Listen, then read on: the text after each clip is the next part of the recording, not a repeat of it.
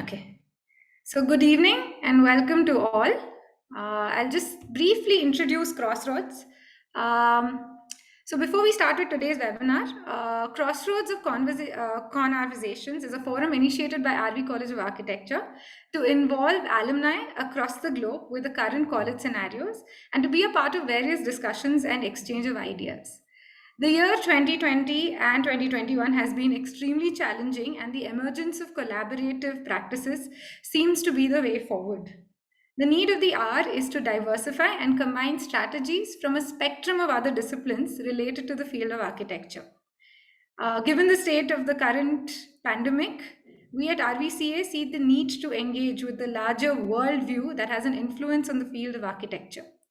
And as a step in this direction, we are going to propose, organize webinars and seminars, to explore the relevance of other disciplines on architectural design, titled Crossroads of ConveRVsations. The webinars will enable the exchange of ideas and work experience from the allied fields between domain experts and alumni of RVCA who are currently spread across the globe. So the underlying theme this year for the series of talks is facets, architecture, and allied disciplines. The intent being to view and integrate different perspectives as multiple facets of architecture and design thinking.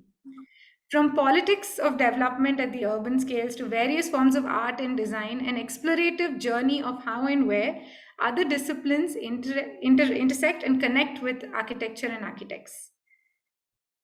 Thank you. And I'll now like to, in fact, take this opportunity to introduce our first speaker for the day,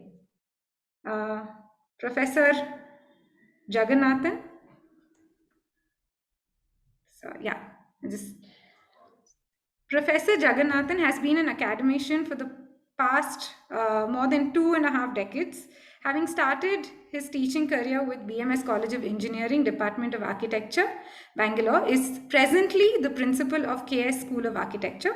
He graduated in with Bachelor's of Architecture from Department of Architecture, MIT, Manipal, and he has completed Masters in Town and Country Planning from School of Architecture and Planning, Anna University, Chennai, and also has a postgraduate diploma in Construction Management from NICA MAR, Nikmar, Pune. During his school days in Chennai, he was trained in Bharatanatyam by eminent scholar artists Padma Bhushan Dr. Padma Subramaniam. The exposure inspired him to the field of architecture and subsequently took him into research into the field of Vastu Vidya. During the course of his research, he was guided by eminent scholars including Sri Prabhat Kumar Poddar, Sri Muniyangala Krishna Bhatt, and many others. The study and research of more than a decade has led to a PhD from the Department of Sanskrit, University of Madras, under the guideship of Professor S. Padmanabhan. The research on Vastu Vidya has, apart from interpreting the subject as an architectural design methodology, has been adopted into practical application. By offering consultancy for a large number of individual institutions and industry, the research has found practical applications, creating harmonies of space and people. As a teacher, Professor Jagannathan has firmly believed in sincere and innovative approach to teaching and inspiring students. Presently, as principal of KS School of Architecture, a concerted attempt is being made to offer the architectural program with quality and responsibility. Towards this, the school has adopted the vision of culture, climate, and cost as its basic guiding principles after much deliberation with many architects, including architect Satyaprakash Varanasi.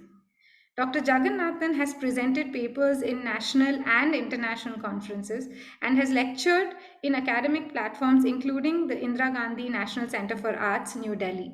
Welcome, sir, to Crossroads of ConveRVsations, exploring the spatial dimensions through dance and architecture. Thank you, ma'am.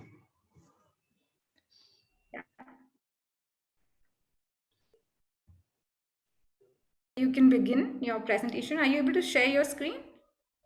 We'll do that. Yeah.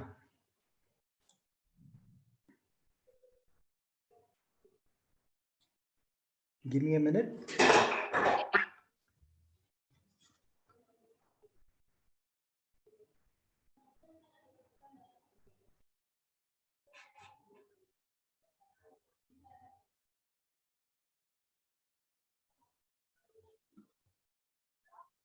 Konnichiwa.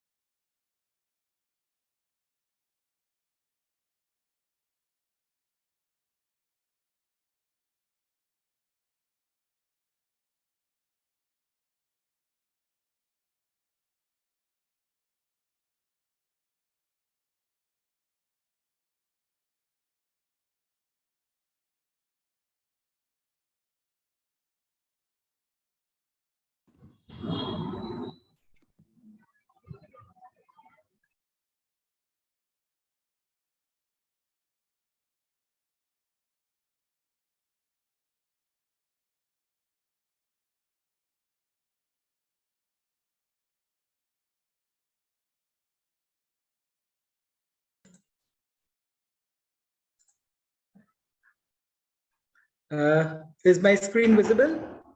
Yes, sir. So Yeah. you can put it in the slideshow mode. So Yeah, I'll do that.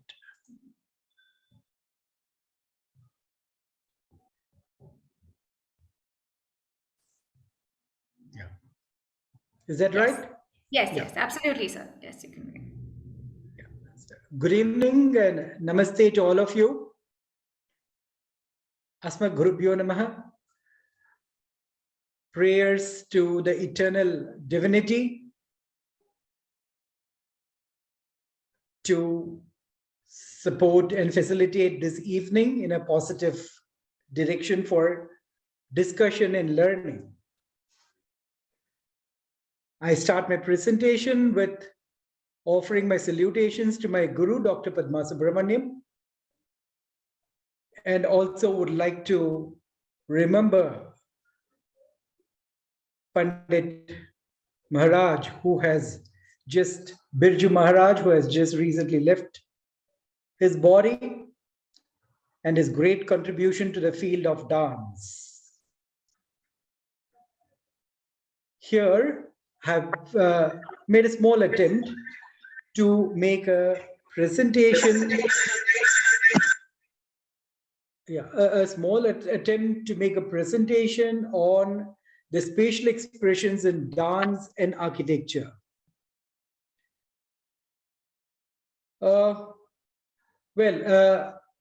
In my little experience and knowledge, what I've learned and my exposure to my guru, we understand that everything on earth is based on the three gunas. The sattva, which includes happiness, self-control, wisdom, compassionate thinking, and gratitude. And the rajoguna, which is full of energy, desire, excitement, fear, workaholism, egoism, ambition, and self-centered attitudes.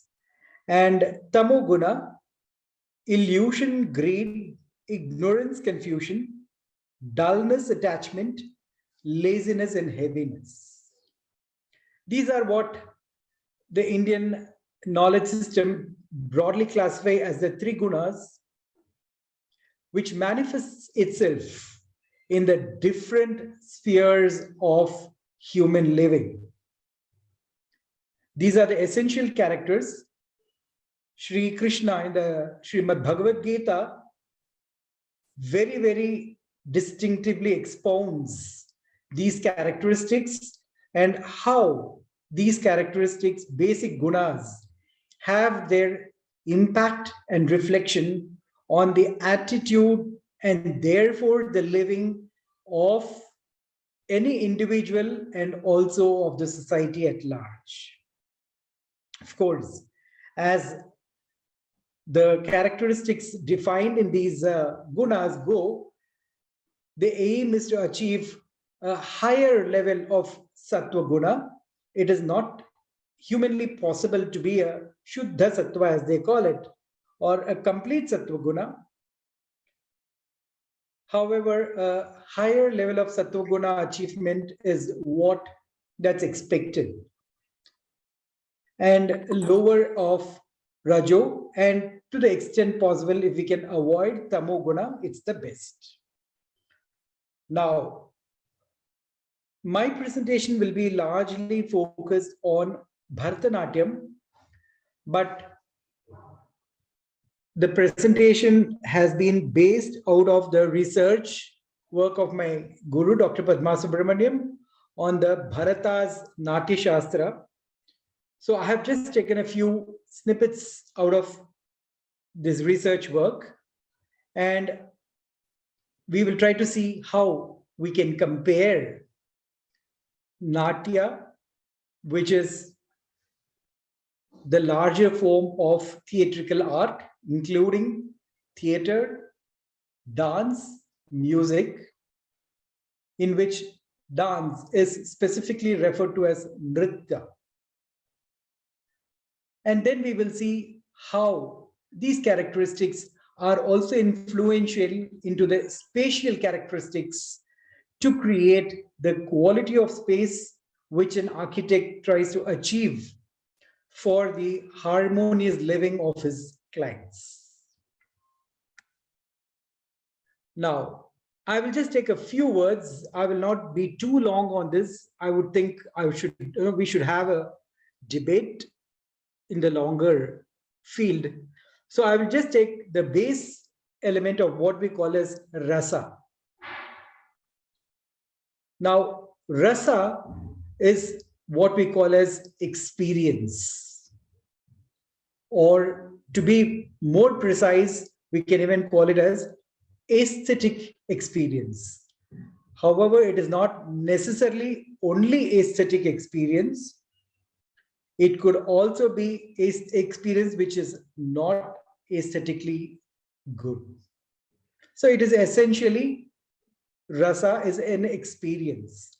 However, in all human endeavors, we try to make the rasa as sattvika as possible.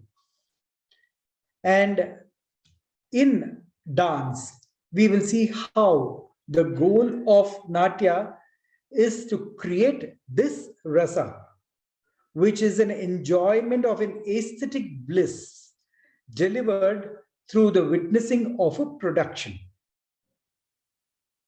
And this is communicated through what we call as abhinaya, or it is also called as bhava. Now, as architects, I hope many of the participants over here are architects.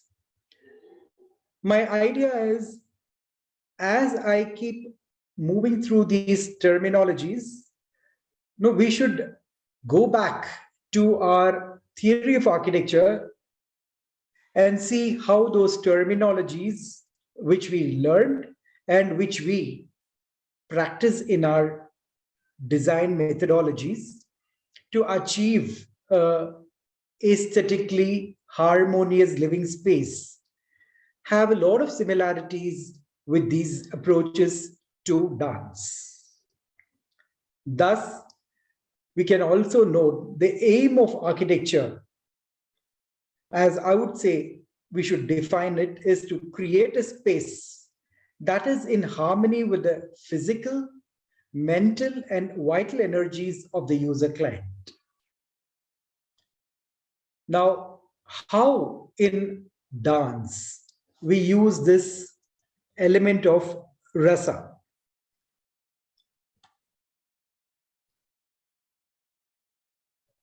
In dance, rasa has different levels of classification. The two broad levels of classification is called as padartha abhinaya and vakyartha abhinaya. In padartha abhinaya, we have a verbatim interpretation. For example, there is this very popular Devaranama of Sri Purandaradasa, where he says, Baro Krishnaya. So we always present it as a mother inviting or calling her small baby son Krishna. And most of the time, artists present it that way, which is a verbatim interpretation of the music to which the abhinaya is set. In Vakyartha Abhinaya, it's a conceptual interpretation, which is very, very important, because this is where the creative skills, or I would put it, the creative genius of the artist comes to the fore. So if you take the same Baro Krishnaya, you can even interpret it as Purandaradasa, being the composer of the song, calling Bhagavan Shri Krishna to unite his Jivatma with the Supreme Paramatma. So it is a conceptual interpretation. It depends entirely on the artist's mood. Or it could even be, for example, as the dancer, assuming suppose I'm the performer on stage, and of course, I'm certainly not 18 years old now, but assuming I was doing this when I was about 18, 20 years old, and there is my very beautiful girlfriend in the audience, and then there is an exchange saying that Baro Krishnaya. So the artist on the stage is looking at her friend Krishna in the audience and inviting him for an evening in a garden. So it is entirely left to the creative ability of the artist to interpret the same Gita, which is set to a particular raga, particular tala, which remains constant, but at the same time, by the creative visualization of the artist, just like how an architect visualizes a space. When a client comes, he says, sir, I have a plot of land. It's a 60 by 40 site. And I'm looking to invite you to design a house for me. Requirements may be the same. I want a 3-bedroom house with a living room, a study, a dining, kitchen, blah, blah. Now, all that being the same, like that of the Gita, the area requirements again remain the same, and the setback, the guidelines of the authorities again remain the same. That cannot be distorted. Like the tala and the raga, it is the architect's visual competence to create a Vakyartha Abhinaya as a solution for the design of the house, so that the family lives just not in a house, it becomes a home. They live in happiness and harmony.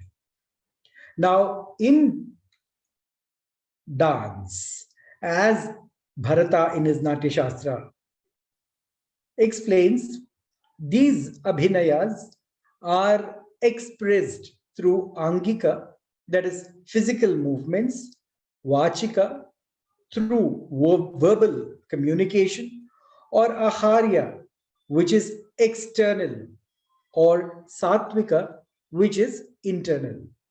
Very interestingly, if you notice, all these characteristics are very, very similar to a space which an architect designs.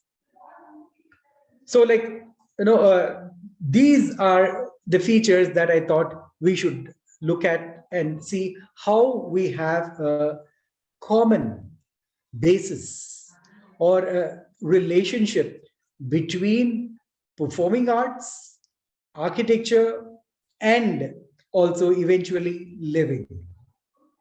So these are characteristics which we should not miss out on, And these characteristics have to be appreciated and understood by an architect to bring it into a spatial configuration. Now, in a performance, no, we have what we call as karanas. Karanas, as the shloka says, hastapada samyoga nrityasya karanam bhaved, are the combined movement of the hand and foot in dance is called as a karana. And these has four broad elements in them. The sthana, which is static, nritta, by the very name it is dynamic moves of the foot, and the hasta, the movement of the hand gestures, and chari or the gati, which is called as a dynamic movement. All these put together forms a karana. I wouldn't go too technical on this. The whole idea of the presentation is to see how we have technical terms in the Natya Shastra penned by Bharata Muni, and how these expressions of the various movements of a dance style can be related to a spatial design by an architect. So, these angaharas in the karanas are very, very essential, and they use the entire limb, right from the tip of the fingers to the head, to your eyes, the eyeball, to the mouth, the lips, the cheeks. Every part of the body is defined in this, like how an architect goes into the details of a spatial design. And such details of a spatial design is what results in a successful, enjoyable space, which is called as architecture. Yes, today, not many people are able to understand and appreciate these finer qualities of life, mainly because they think architecture is about elevation. Elevation is certainly a part of architecture, but elevation itself is not architecture. And especially the way the term is understood today is certainly not what is architecture. I'm sure almost all of us over here would appreciate that point of view. So it is the finer nitty-gritty of the process of design development, which is what results in a spatial configuration. So therefore, I would attempt to define architecture as the art and skill of defining space for specific activities through the process called design. Now, we have all been for very long thinking it is the art and science of building and construction. I don't know. I would like to initiate a debate amongst fellow professionals to revisit, because it is my humble opinion that the moment we say, and especially we do that mistake as teachers itself, start fitting into the minds of the young students who come even in our first semesters, saying that the elements of a building, so we introduce them with doors, windows, corridors, walls, floors, roofs, and stuff like that. And in the process, start ingraining into their mind, architecture is building. Whereas architecture is not necessarily building. Building is a part of architecture. And the building has to be sattvic in its guna. That's why I have tried to put these small two pictures over here, very popular. Both are palaces, which I think all of us know, the Mysore Palace. And then on the other side, you have the Sri Padmanabhapuram Palace near Thiruvananthapuram. Now, if you look at both the images, both the structures, they are both palaces, which are meant for the use of royalty. Now, the Indian style or the Indian approach to the Abhinaya of creating a space is more emphasizing on horizontality, keeping the scale to the human level.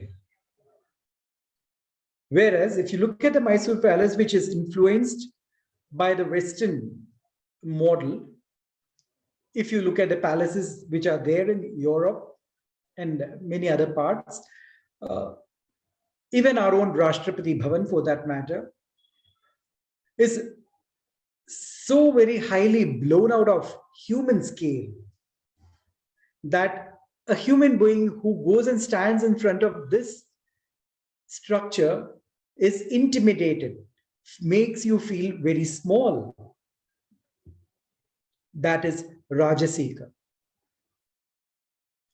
Whereas if you see the first image, the Padmanabhapuram Palace, the architecture melds into its environment and you are able to feel the space. Whereas in the other example, I'm not saying it's good or bad. It is just for us to debate what we want. The question is, for example, we claim to be the largest functioning democracy in the world, which we are. And then the head of our state, the Honorable President of India, lives in the Rashtrapati Bhavan. Now, do we need to have the Rashtrapati Bhavan to the scale which is Rajasika, which we feel makes any Indian goes and stands in front of the Rashtrapati Bhavan made to feel very small? Or should we have a Rashtrapati Bhavan which is to the human scale, like the characteristic features of Indian architecture, even a palace, wherein it speaks, the language of architecture is itself a language of democracy. It is for all of us to design as professionals, debate it, bring it to the society, and then for the society to take a final call. So that is my point. And all these processes eventually, I would say I should go back to my first slide, saying that all these processes essentially end up in what we call as the three gunas. And our endeavor should always be to bring the Sattvika guna, the Sattvika, into the fore of any activity, maybe dance, maybe design of a space. So that is what is my essential presentation about. Towards this, I thought I've just taken in the almost the last slide of my presentation a few statements by some leading experts to say that the work of architecture will be significant and interesting only when its parts have been arranged according to some coordinating principles. So what are these coordinating principles? These coordinating principles, in my opinion, should not be many, should be the one Sattvika. And what is it that a space will imbibe a sense of Sattvika to the people who are using the space from within, to the people who are exposing themselves to that space from outside. Even if I walk across the road, I should not feel intimidated. So that should be the coordinating principle. Or by proportion, one means the relations existing between the whole and its parts. Relations which are logical, necessary, and of such character that they satisfy the reason and the I at the same time. So this is a very interesting statement, and where I again try to emphasize to bring out the characteristic of what Bharata Muni in the Natya Shastra says. No, anything should be connected to a complete whole. So as we see in a dance performance, no, the entire body movement has to be integrated and synthesized to a singular presentation so that the audience or the onlookers are able to also participate, become a part of the production that is being presented. Likewise, architecture also should have a complete integration of itself with its immediate environment, with its larger environment, and with its internal spaces. So that's a complete holistic approach. And harmony of forms consists in the proper balancing and contrast of the straight, inclined, and the curved. So these are all basic principles which we have all learned. And no, the whole idea is to finally create a composition and placing or putting together parts or elements so as to they appear and function as a whole and not as individual pieces. So when we imitate nature in their manner and the constituents of unity in their configuration, definition in their figures, harmony in their parts, and due proportions in their elements and details, they approach the absolute perfection of nature in its myriad forms. So this is what have been the guiding principles of architecture. And this is what, if you notice in the earlier slides, what Bharata Muni says in his presentation of the Natya Shastra. And very interestingly, the final shloka of the Natya Shastra says the structure that Bharata gives for, say, Nritya, dance in the Natya Shastra is absolutely applicable to human beings so long as the human being has one trunk, two hands, two legs, and one head. All these principles, the 108 Karanas and the various charis, the Akasha charis, the Bhucharis, all these things are explained out over there, and how you perform them on stage or at home, wherever, is applicable to this human body so long as it is this way. If for some reason there's a man who has 4 hands or 2 heads, then what is given in the Natya Shastra doesn't work. Likewise, in architecture too, as long as we have this kind of a body proportion, the harmony of the body, the space should reflect the characteristics of this human body and facilitate the human mind to become sattvika, and that gives you calmness and health. With that, I would conclude my talk. If I can get a permission of the moderator, I have a small YouTube link of Dr. Padma Subramanian's, one of a small recital. It's, I think, some 4, 5, 6 minutes, I don't know. If the time permits, I don't mind playing it so that we all also understand, the what is real Sattvika. Sure, sir. We can play it. All right, thank you. I will.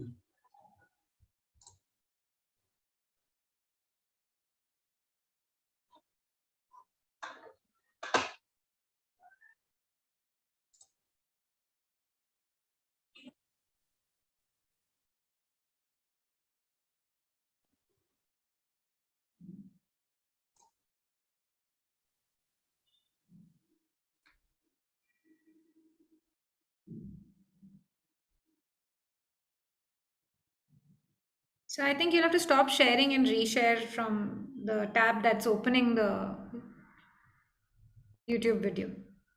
Stop sharing what? The current screen, sir, you'll have to stop sharing your presentation. Oh, I'm sorry. Is this right now? Is that coming? No, not yet, sir. So you'll have to again share the screen and select the tab. I think it'll give you an option. When you Give press me a share minute. I'll screen, need a. yeah. Sure, sir. Sure, Yeah, no yeah. problem. I'm sorry. I'm very bad at these stuff. No problem, sir.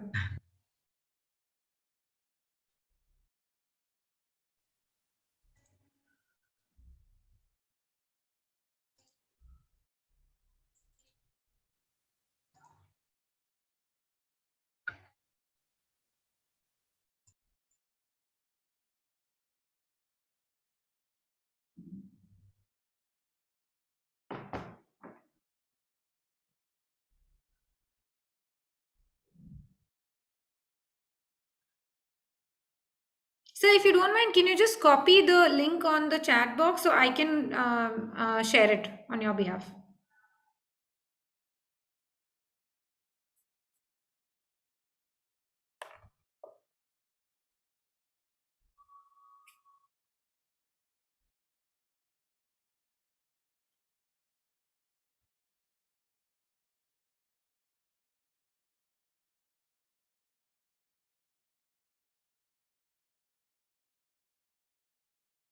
So when you go to that link, you will get a small button at the bottom. Please go there.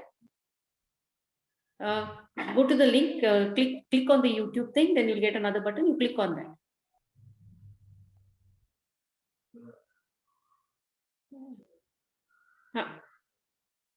Yeah, or you can just copy it. Now click on that small thing. Now click on the small thing. Double click on that, sir, please.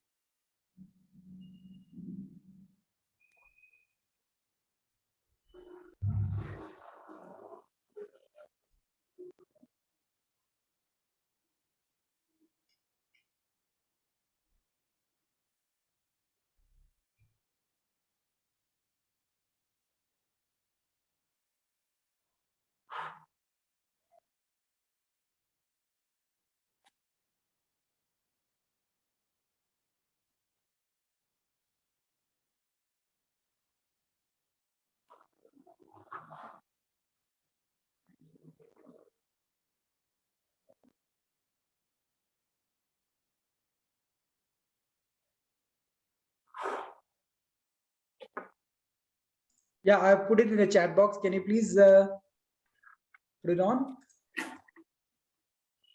Shweta, will you share it?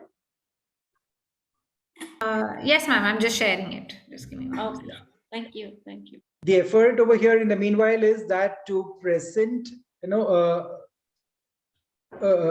recital of Dr. Padma Subramaniam, where like she, how she uses the bhavas, and how she uses the space, which is done by all dancers. Of course. Is the screen visible? Yeah. Yeah. For me. நாட்டிய சாஸ்திரத்தில் ஒரு புதிய சகாப்தத்தை துவக்கியதற்காக இந்திய பத்திரிகைகள் இவரை பாராட்டியது. இவர் doctor Padma Subramaniam. Doctor Padma நாட்டிய சாஸ்திரத்தை ஆராய்ச்சி செய்தது மட்டுமில்லாமல் தான் ஆராய்ச்சி செய்து கண்டுபிடித்த கரணங்களை தன் நாட்டியத்தில் மீண்டும் அறிமுகம் செய்தார். பல நூறாண்டுகளில் நடனத்தில் இந்த கரணங்கள் ஆடப்படவில்லை. அதற்கு முன் இவை நடனத்தில் முக்கிய இடம் வகுத்தன என்பது குறிப்பிடத்தக்கது.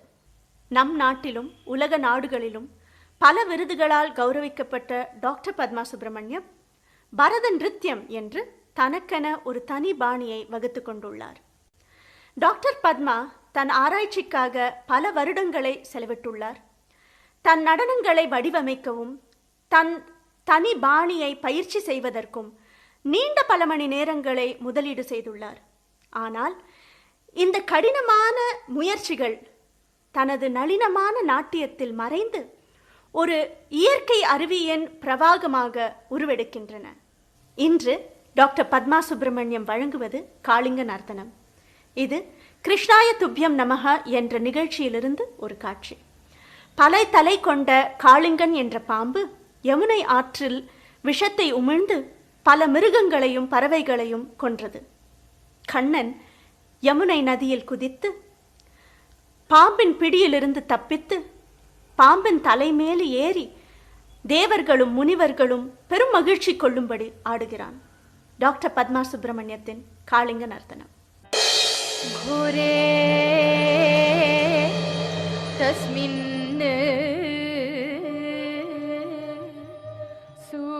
सूरजा नीरवासे तीरे वृक्षाः वीक्षताः श्वेलवेगात्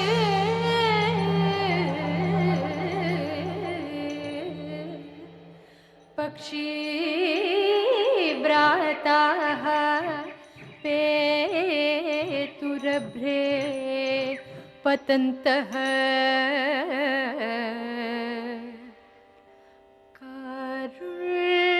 कारुण्यार्द्रिं मनस्तेन जातम्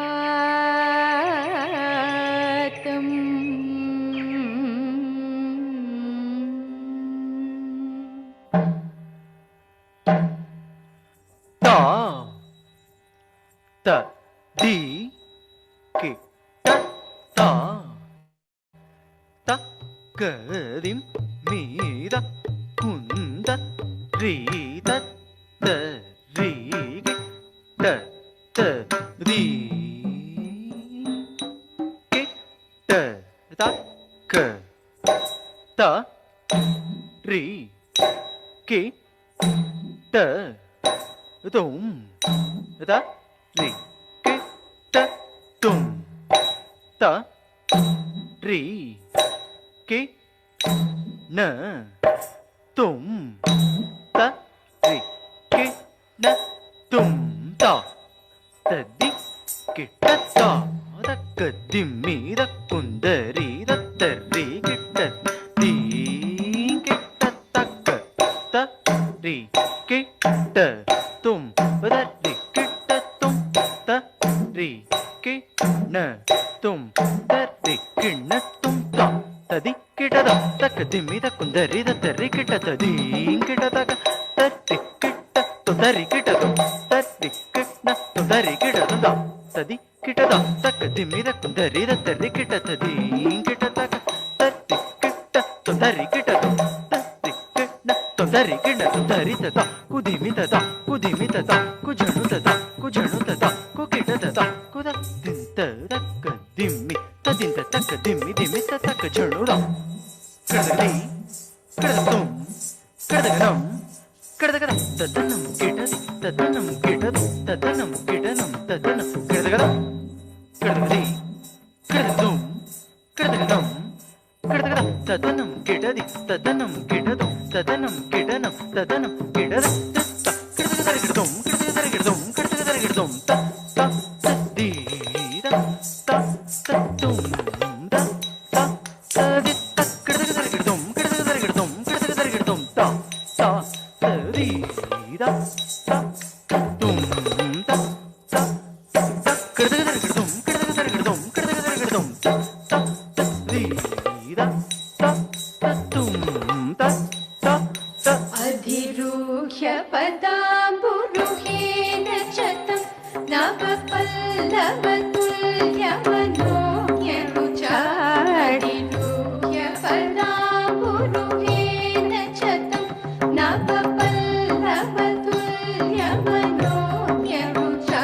नवपल्लवतुल्यमनोज्ञरुचाडिरूह्य पदाम्बुरुहेन चतं नवपल्लवतुल्यमनोज्ञरुचाडिरूह्य पदाम्बुरुहेन चतं नवपल्लवतुल्यमनोज्ञरुचा हृदवारिणि दूरतरं न्यपता परिभूषितघोरत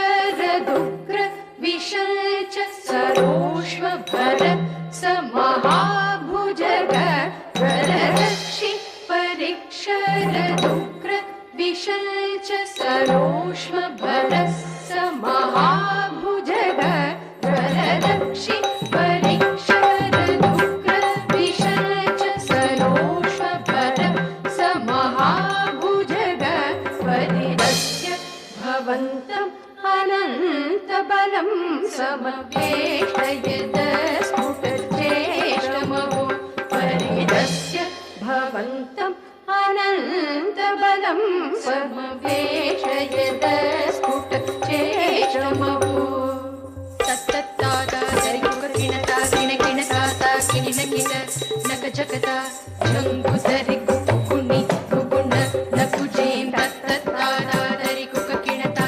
किणकिणताता किणकिण नकचकता झङ्गुदरिकुकुणि कुकुण नकुजें नकुचककिणतरिकुं तरिकुं तत्तत्तां कित कित कित नकुकुतां तों किणता नतितों जगकुणां जगदरिता नदितों जगकुणां जगदरिता नदिकिणतों तरिकु जगकुतरिजं नदिकिणतों तरिकु जगकुतरिजं नदितों जगकुणां जगदरिता नदिकिणतों तरिकु जगकुतरिजं जन्नकु जगकुतां जय जय किता जय जय किता जय जय किता जन्नकु जगकुतां जय जय किता जय जय किता जय जय किता जन्नकु जगकुतां जय जय किता जय जय किता जय जय किता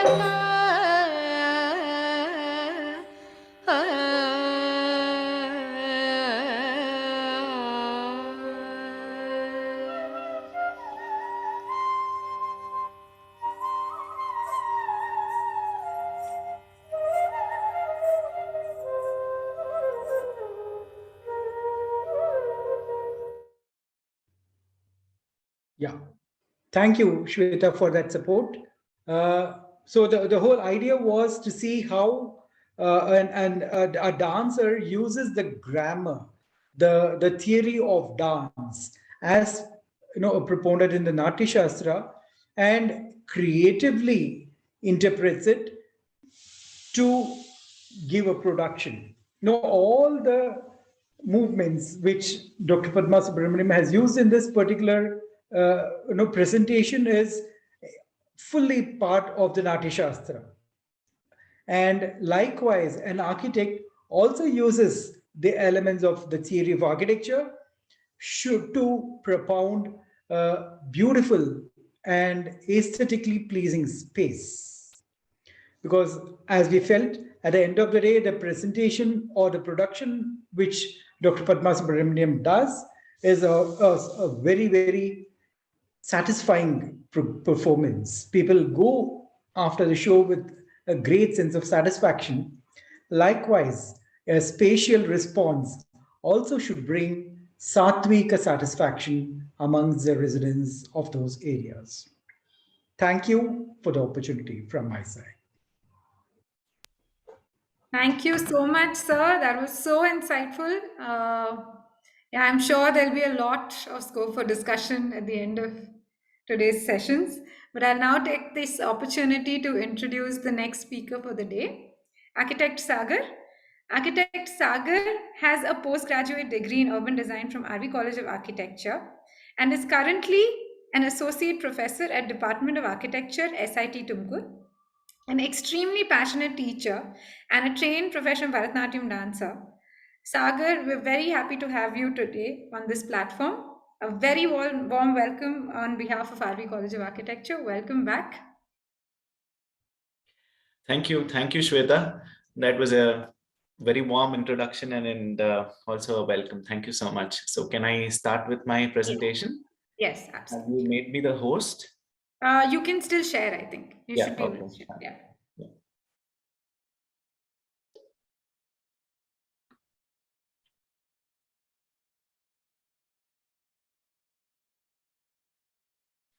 Is the presentation visible or? Yes. You'll have to just go to the slideshow mode. Right now, I think it's in slide presentation mode. No, it's not. It's just being seen as the PowerPoint screen. Now? No. Do you want to just like reshare once? Yeah, just a second.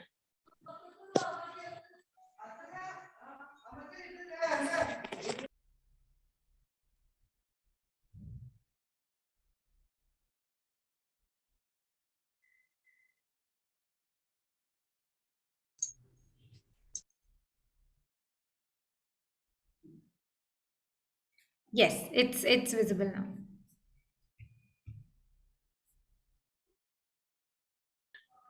Yeah, is this Yeah. okay now? Yeah, it's absolutely fine. Okay.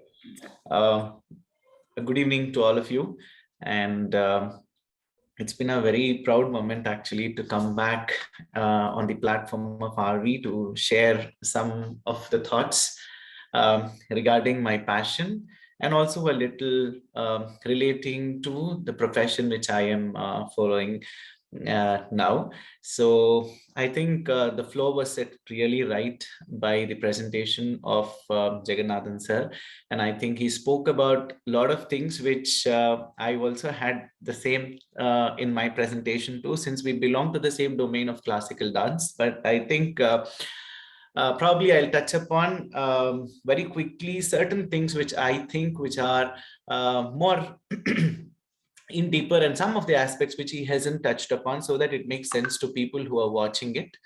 Yeah, so the title goes like rephrasing the art of Bharatanatyam in the form space order construct, I think, because it was for, I guess it will be mostly student crowd also who will be part of the presentation. So I thought everybody would know about the text which we read as Bible in our initial years, which is form, space, and order in architecture. So I thought let us rephrase the whole, structure of Bharatanatyam and look at in that framework, how does it look at? So there's a wonderful quote which I would like to start off because the poster also was very impressive, which also had a similar quote on it. So the art of dancing stands at the source of all arts that express themselves first in human person.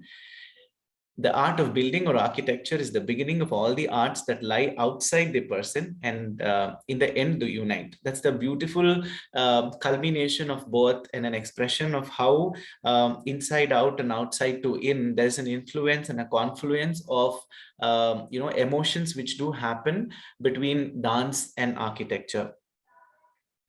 So before moving into the actual concept of what dance and expression and things like that, I would like to take off from the point which Sir actually put forth just now about Abhinaya. So when we show anything in classical dance, especially, it comes to the framework of this theory of a Western, philosopher Plato, his theory of mimesis, which is very, very important. And I think it also connects in a way the way architects also start functioning. So he says that all art is mimetic by nature. Art is an imitation of life. So art, most of the times we find this quote a very, very apt one whenever we start looking at as dancers and dancer architect and architect dancers, I think most of us. So he believed that idea is the ultimate reality. And art imitates the idea, and so the imitation of the reality happens there. I know it's a very complex philosophy to talk about Plato in the evening after a wonderful performance video of Padmaji, but still, he says that nothing is very unique except the idea of how do you want to get things into reality. So the way we express is something which is more to do with our unique way of presentation. So the concept of imitation actually involves three things, especially in terms of dance and mostly in architecture too. Sometimes we have a lot of things which we draw inspirations from. One is nature. I think all of you know about different ways we take inspiration from nature and give back to nature to whatever percentages it is. We take a lot of inspirations from events. It could be past, it could be present. I think the video also was talking about an event when Krishna did the Kalinga Mardana. So that's an event which has occurred in the past. So even in architecture, we try to take up certain kind of an event and start kind of interpreting in our own language of architecture. So even in dance, we can do the same thing. And the third one is humans, in terms of our own physicality, in terms of activities, in terms of the nature, in terms of emotions, basically. We try to draw a lot of inspirations in all the three aspects which we can see.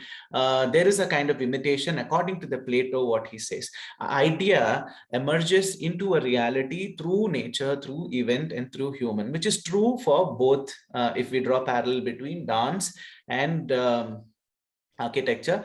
So I think you all have to forgive me, because I have been learning Bharatanatyam, so I'll be talking about that a little bit more, but I'll make it as general as possible till the end. So as a dancer, whichever form you follow, I think this slide is common for all of us. As a dancer, or a person who wonders dance, who likes to watch dancing, because most of them have their own choice of art form. There's no hard and fast rule that everybody should learn dance or like dance. Somebody likes music, somebody likes stories, somebody likes going trekking, etc. There might be a lot of other extracurricular activities or art forms which people indulge in and get happiness and get satisfaction. I think all of them, whichever are in a good proposition and purpose, I think are accepted. So when we look at dance, basically we have two things which come in confluence again. The first thing is our body, because for any dancer, body is his way. He can express any expression through. I think Sir went in a little bit detail of talking about how Natya Shastra talks about each and every anga, upanga, and pratyangas which are there in Natya Shastra, because Natya Shastra again is a very codified way of saying how to dance. Especially, I think it again connects to the culture of all of our the era of Vedic culture, basically, and a little bit of post-Vedic culture, where we all had certain kind of codified language to lead life, and those were called as Shastras. And we had Shastras for each and everything, and we had Sutras for a lot of things. How do we lead our life? How do we do a certain kind of an activity? Like example, we have Vastu Shastra as to how we can build properly and we can build a better place. In the similar way, we have Natya Shastra, which says this is the way you can perform, and which is actually acceptable, and which is also looks good. So the first thing, even in Natya Shastra or in any Shastra for that matter, or be it contemporary dance, I think everybody will start training your body. First, you start warming up. I think even if you go for your gym, it's mostly first half is only cardio, and you do all your push-ups, bendings, etc., etc., etc. So body conditioning is very, very important in dance, because body is the way we express our feelings, and our weapon too. Like architects have drawings, at least, but we have our own body to as a mode of expression. So body becomes a very important thing, and what guides our body is also very important. Our mind, we have to be very, very involved in what we are doing. I think mind is where everything starts. The whole world, the whole expression of what the world is today is because of the human brain and the mind. I think it is because all the emotions you take up, whatever you take up, concept you take up, any idea, any event, whatever remains in your memory, that only starts flowing through. What is your choice of doing things? Everything starts from mind. So whenever you dance, I think body and mind need to be trained. So as a dancer, I think it becomes very, very important for us to keep these two in very focused manner. And I think it happens eventually that as and when you involve yourself in dancing, both the things comes together. And that's how scientifically also they have proven that classical Indian dance forms actually build mental and physical health. That's what they say. But when we compare this to architecture, how does we find parallel? And this is not from any source. I'm just putting forth my ideas. You can all, the floor is open to good or bad crit. So there's a connection between body and mind which happens in us as dancers. So even in a building, for that matter, we have structure, which is a physical mode of expression, which makes the building stand, which could be foundation to any building element for that matter. I think I have very less time to go through. So, and the second thing is space, because space is very, very important. Even when you compare mind, it sometimes exists and sometimes doesn't exist. It's an illusion. Space also is that kind of a perceptual character in any kind of building, which will kind of create certain kind of emotion in anybody. So there is always a connection between striking a balance between structural stability and spatial configuration of a building. I think all of us agree upon that. So when we look at these kind of parallels, if I probably can draw, then if body can be compared to structure of structure in architecture and mind to space, then obviously dance is something related to mind space. So that's how I think I can put forth as a basic idea as starting to draw parallels between dance and architecture. So as for today's presentation, I'm going through form, space, and order. I'll take up these three things separately. So as architects, I think these three things are very, very important for us. So, but I won't put up any kind of analogies today because I have very short duration for my presentation. So I'll just show you something which is related to dance, but I'll be talking something related to architecture. So I think that makes sense. So this is another quote from a researcher where he basically says that dance informs the design of the spatial structure of the built form, while architecture by its structure, ornamentation, and etc. embodies the form. So how does it do? So when we look at a physical evolution, so whatever it is, when we have to analyze an art form, something which I have revealed, and I think most of us have known this fact too, but whoever is looking for it, the point is we need to look at the era, the evolution, the morphology, as we all urban designers do the morphological analysis, and even conservationists are mostly interested in morphology, because morphology tells who we are, where are we from, and why are we like this today. In the similar way, if you have to analyze any art form, it started in my final year. I think I went to Jagannathan sir also for guiding, if he doesn't remember, in my final year in 2008 when I was doing my thesis, and he gave me the book of Natya Shastra, which helped me a lot. But I didn't analyze all these things then, but these are some slow revelations as the time has passed after getting into teaching of 10 years.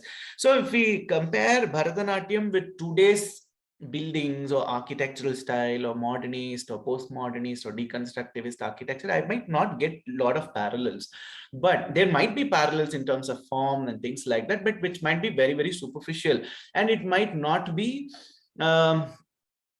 tried tested too. But if you compare the era when the Bharatanatyam evolved and also the architecture which existed at that point of time, you can find a lot of similarities actually. So if you look at the philosophical evolution of the art form of dance, starting with the sculpture of you can take up any painting, sculpture, music, dance, drama, any kind of art form of our traditional classical art forms, they all come into one kind of a framework of our own tradition and culture which existed then.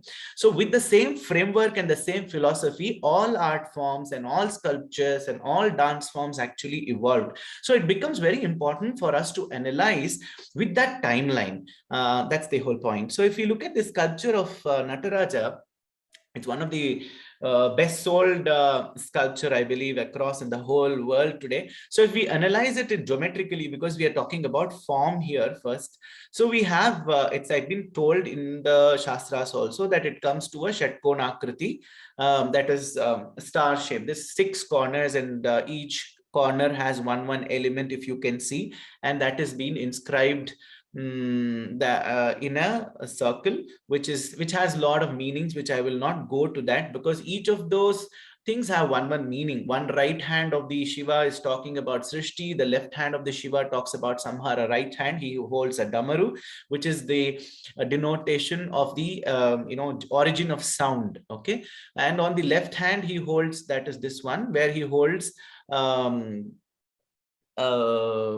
fire, which is again the notion of destroying. So, and again on the Apasmara, the demon, short demon he dances on. Apasmara is basically lethargy and laziness in us. So the philosophical meaning for this sculpture is if you are involving in dance, you are never lazy in your life. So they have a beautiful message in each and every walk of their life, and each and every work they did as part of art form. So if we look at that again, one more thing which I came across is a must read for all of them who are into looking at traditional Indian art forms is the books by Kapila Vatsyayan. Such a great contribution she has done in drawing parallels between sculpture and dance, sculpture and music, sculpture and painting and music, music and dance, and cross-cultural kind of studies. She's, I think, and even in architecture, how does it?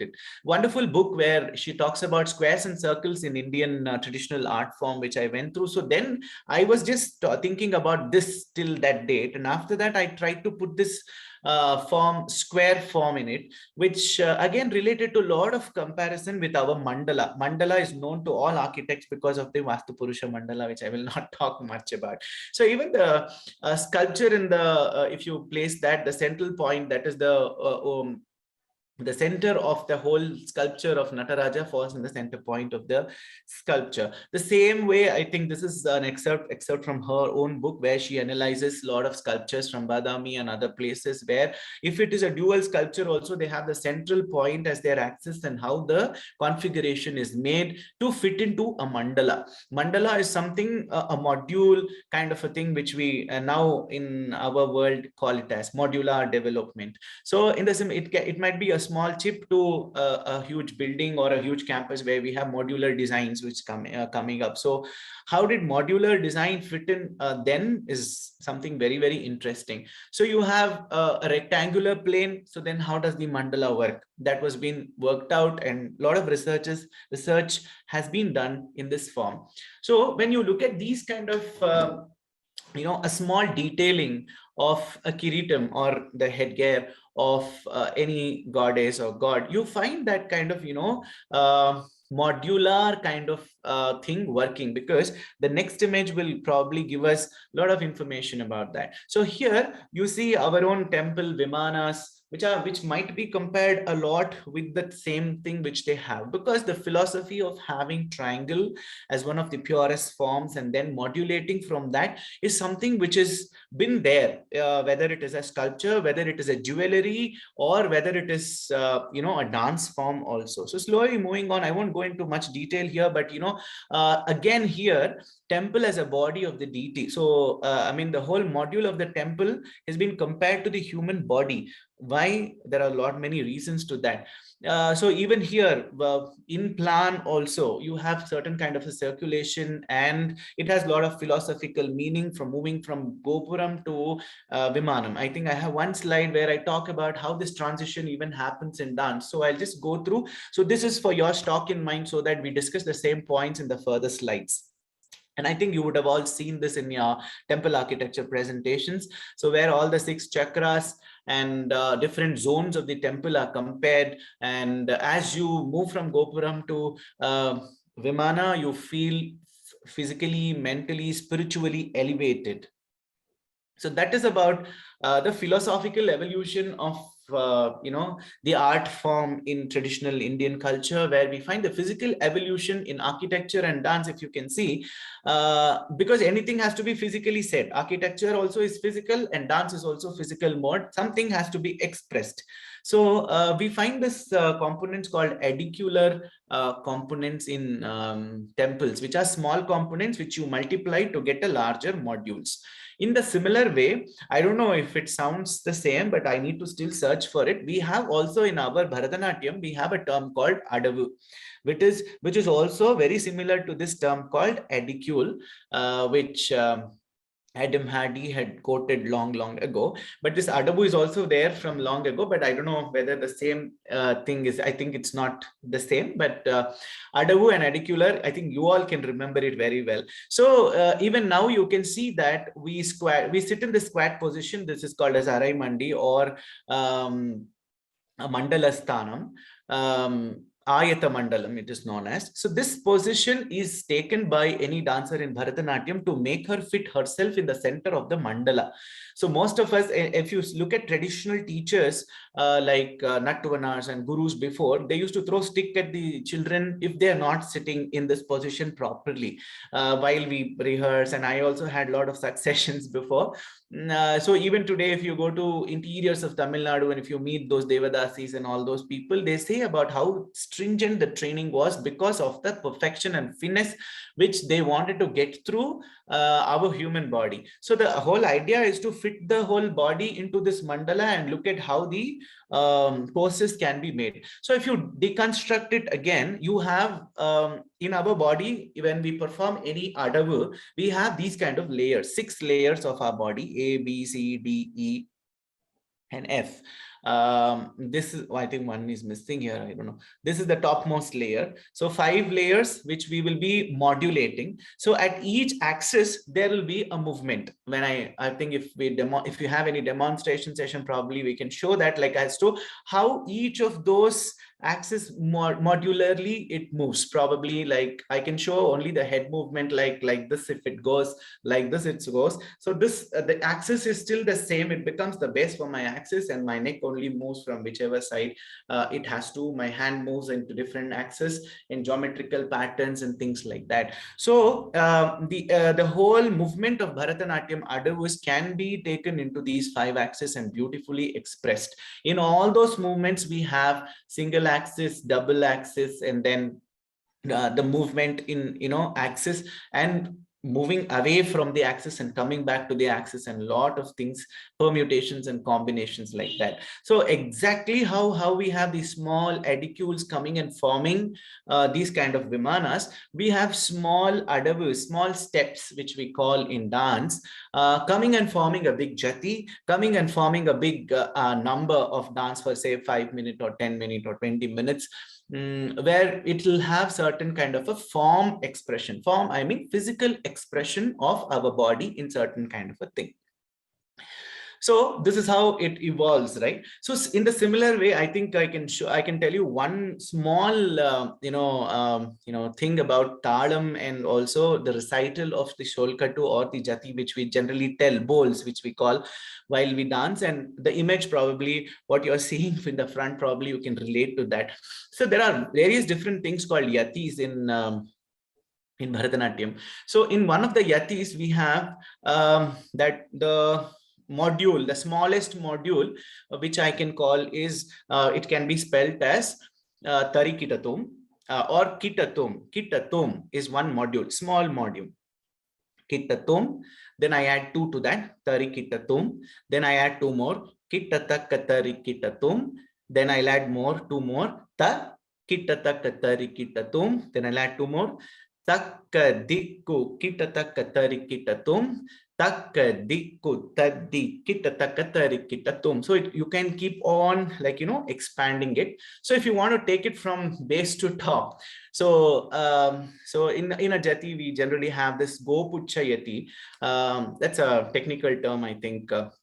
It goes like tadittum nam kidatakidargidadum taditta kidatakidargidadum ditta kidatakidargidadum ta kidatakidargidadum kidatakidargidadum targidadum. So the targidadum is something which is common in all these things, but it is going in a very progressive way, in a larger way, which is comparative to this development of these kind of modules, because they had these kind of fixed ideas of aesthetics which were in parallel, whether it be music or dance. So I think there is a lot of parallels in the edicular component of a temple to the overall temple, to the small adavus or steps in Bharatanatyam, to the overall dance piece in a Bharatanatyam. So it looks complex. Even our dance looks very complex. If you want to analyze it in different layers, you can analyze it in n number of layers you want, like expressions, like form, like physicality, like only the geometry of the dance, the feel of the dance, the message through dance, what aspect you want. Everything is there in temple,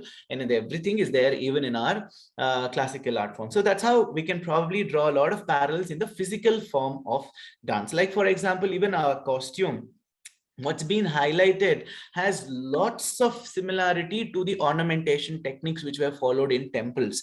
So like we all know about, for me, Anand Krishna sir taught about theory of design. I remember talking about edge ornamentation, surface ornamentation, top ornamentation, and things like that. So everything has some kind of a relationship why these kind of things have to be highlighted and how they are highlighted. So it has a lot of similarities that way too in our aharya or the way we dress up.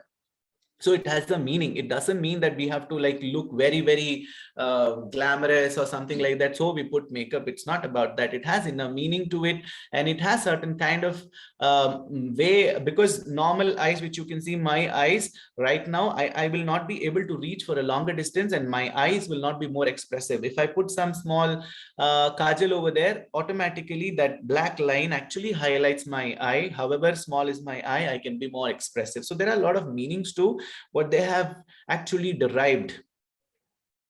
So this is out of context, but just to tell you that how culture and architecture have a lot of similarities. Culture and dance and our way of dressing, everything has that kind of a similarity. Here you can see, the timeline, as what I was just discussing with you all, the timeline then, and the reflection through architecture and art, timeline now, and reflection through art and architecture, what we have. So the second aspect we are going through is the space, because that's also very important, because the art forms of dance and architecture both define three-dimensional space. It's not, nowhere dance is two-dimensional, and nowhere it is a two-dimensional expression. Dance defines space in time. The dancers describe a three-dimensional space around herself or himself through the different movements and postures. So if you have that grid across you, when dancers try to move through those space at definitive time and in the space framework, creating certain kind of an emotions in the person who is watching. So coming to this again idea of mimesis, we have three kinds of dancing which we generally find. One is nritya, and natya, three types. So the first one is nritta, which is basically an abstract dance, which is mostly to do with physical. We have these three things and we do even today. So I think whoever are dancers there can probably relate to it. Probably in Bharatanatyam, we know Alaripu, Jatiswara and all those items where we don't have any expression, just the smile on our face and we finish the item. There is no expression as such, because there is no sahityam, there is no expression, there's no content to be expressed. It's just about how a body can feel more joyous and create joy in the audience in terms of doing a presentation. The second one is nritya, which involves a content which has a kind of a subject, and you're going to express that to audience. So even the natya is something like a sequence where a group of people come together, they take up one Ramayana or Mahabharata, and each of them will take one character and they start putting up as a group performance. That's known as natya. So in a similar way, even we have it in architecture too. We have abstract expressions of ideas, we have real-time expressive expressions of ideas, and we have sequential ordering of these ideas too. So architectural space is basically, just a moment. Architectural space is continuously structured by the human activity that takes place in it. Architecture defines space through its built form. The spatial structure informs the movement of the human body through the space over time. Dance, like architecture, is also an exploration of spatial structure. Dancer or dance sketches out a possible structure of space within an infinite set of possibilities. That's something, a boon which a dancer has got, because he has that clean slate kind of a three-dimensional space, and he goes on sketching out a lot of things. Suddenly he can take you from Spain to India to Japan, but it's not possible through architects. In a similar way, architecture has a lot of possibilities which a dancer cannot probably express it, but both are different languages altogether. We need to please understand that sometimes when we try to draw parallels, we only look at physicality of curves and the body postures, and sometimes even I did a mistake of doing an eye and then interpreting that, or morphing it in different ways and saying that eye is very important for expression and then doing that as a building. All that is not actual way of knowing or complementing each of those forms. So space is become, I think, it's very, very expressive part of dance, where a dancer basically looks at how do we carve it. Like I think sir also touched upon how different charis and karanas were all devised. Why were all those devised is basically to move in certain way so that it creates a certain kind of a feeling. We have mudras in dance, for example. For each of those mudras we have certain beautiful things which we can show when we, like, blossoming a flower. You can show honeybee, you can show snake, you can show fish, you can show, most of these are direct expressions. There are so many hastas where we use it for expressing kind of things. So elements are also there which kind of starts creating these kinds of space. Exactly like in architecture, we have the structure and we create the space which will have, which will tell you certain kind of which will give you certain kind of emotion which expresses certain kind of a content and also supports a function. So here in dance, I think functional aspect as in architecture might not be there, but here also we have certain kind of space as and your own human body which expresses the content in different way. The last one being the order. I think even Natya Shastra talks about very beautifully, talks about so many things which we can actually think. So I don't have one single point. I'm just opening up the floor for a lot of ideas which I have been coming across and not dealt too much in depth for whatsoever reason. So we have in Natya Shastra also, they talk about Natya Dharmi and Loka Dharmi. Natya Dharmi is something which follows classical texts and which has certain kind of stylized movements, which is like classical dance. In the similar way, we have classical architecture.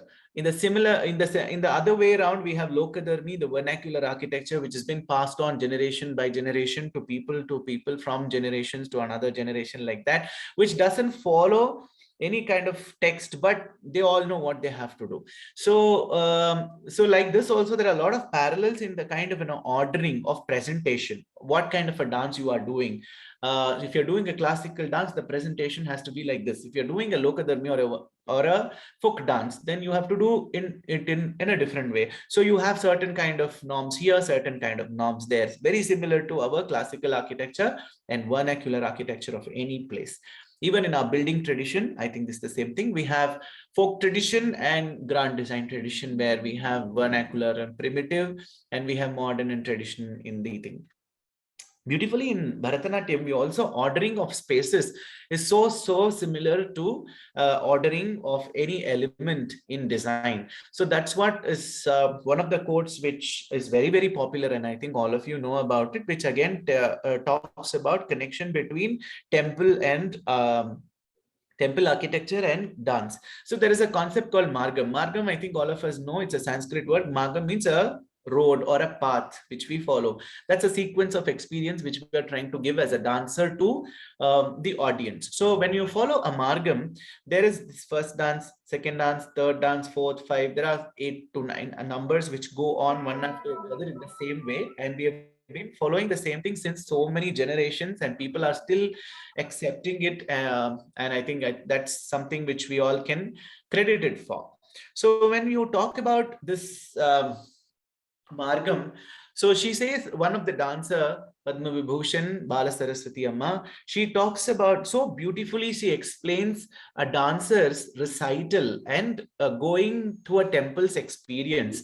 So I will not read it over there because there are certain technical terms. The first item, she tells that as soon as you start the first item, it's almost like entering the Gopuram. So you're going to show the glimpse of what is there inside. So it's mostly visual, it's mostly catching, and your first item in dance, which is called Alaripu, is also like that. After you enter inside, so you show what all is a little possibility. Like in Ardha Mantapam, we have people to pause and look at what are all the possibilities visually. So even in the Jatiswaram, we try to do the same thing. And then we get into the first mantapa, where we talk about which deity is this. We give a kind of an intro of the deity, what it is, and etc. And the next we enter into the main hall where the prayers do happen, the Mahamantapam, where you find lot of kind of sculptures, lot of detailing, lot of again concentration slowly towards the god and his deeds and things like that. So after the same thing is happening, and then probably you have a glimpse of God, then you start conversing with him. That is a very beautiful thing, which is again called as Padam. That's the next item where you start conversing. Whenever you see a God, I think we converse, right? I want this, I want that, or this is happening, that is happening. Or if nobody has any wish, at least we will thank God for whatever we are today. That is also a conversation. So there is a conversation between Jivatma and Paramatma, which will take us to another spiritual level. The same thing happens even in architecture. Any architecture should create that kind of a feeling where that kind of an engagement between the space and the person happens. So that's a very successful piece of architecture, isn't it? So in the similar way, that kind of a conversation happens, and then finally there is an arati to God. So you thank him and take the prasadam and come back, and that's like again a very scintillating item, because after the conversation is again a very slow piece. If you look at the thing, it's very slow and no jatis and all that, and it's very kind of melody oriented kind of a thing, and suddenly like the bells and all start shaking and playing the drums and things like that, and arati happens where the god gives you a darshan. The tilana happens with lot of again all these edicules which I told you, which talks about again the happiness and joy of dancing. So that is how a margam is being composed, is what she says, which is very, very important to understand the philosophical connect, why dance and architecture are connected at the different level. So the last point which I want to make is the emotion. Do I have time? Should I stop? I have one more slide to go, but it might take 5 minutes. Continue, sir. It's okay. Thank you. So I think Sir touched upon a concept called rasa, which is about the experience, and narrates. He defined it very well, and which I think all architects could also understand. So rasa is something which I feel about the performance. Like when I see a building, or when I pass through a space, like take up a simple corridor. When I'm passing through a corridor in a college or any building for that matter, if there is certain kind of an emotion aroused because of the space, not because of somebody who hurt you or somebody who gave you certain kind of a perk, so you're happy for that, not that. If the building is a certain kind of soothing your emotion or nurturing your emotion, then I think that kind of a thing is the rasa which happens inside any sahridaya or any user of any building. But for that, what should a building do is abhinaya. What should a dancer do is abhinaya. Abhinaya is a Sanskrit word which is a combination of abhi and naya. Abhi is always beautiful or in a very stylized manner. Nayati is a kriya pada, that is basically a verb.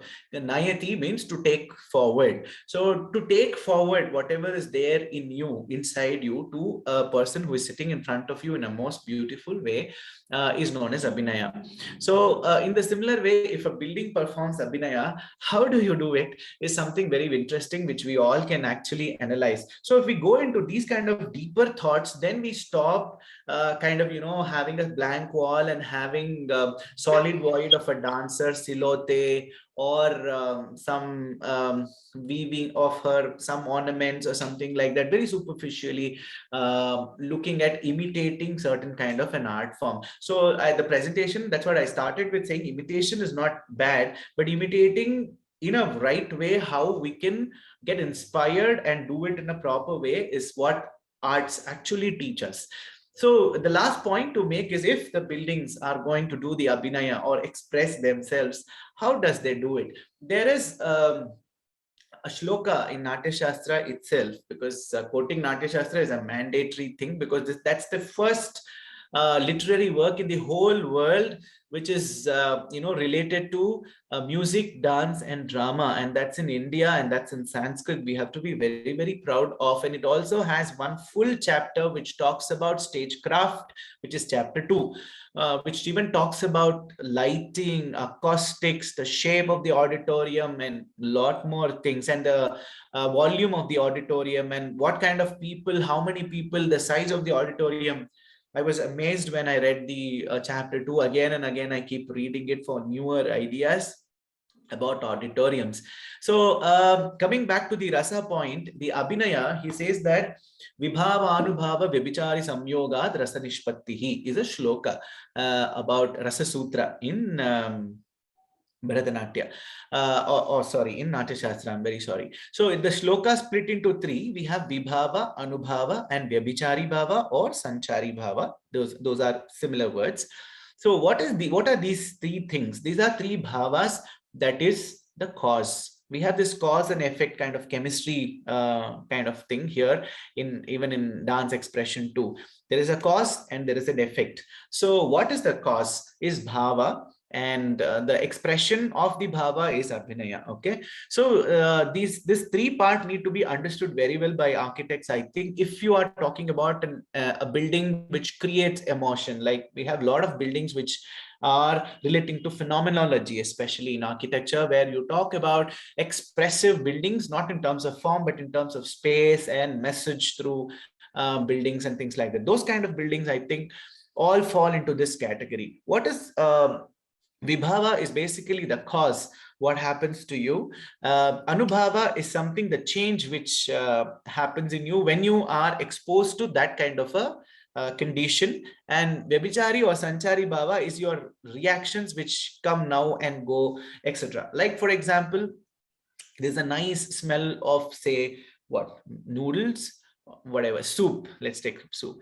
Very delicious kind of smell is coming of the soup, though I'm presenting now. So automatically my nose gets like, that kind of, sense that there's something cooking up. So that's the vibhava. So automatically what happens, the anubhava in me is, I think of what taste it could be. Okay, and I want to have it, what time I'll finish my presentation and go there.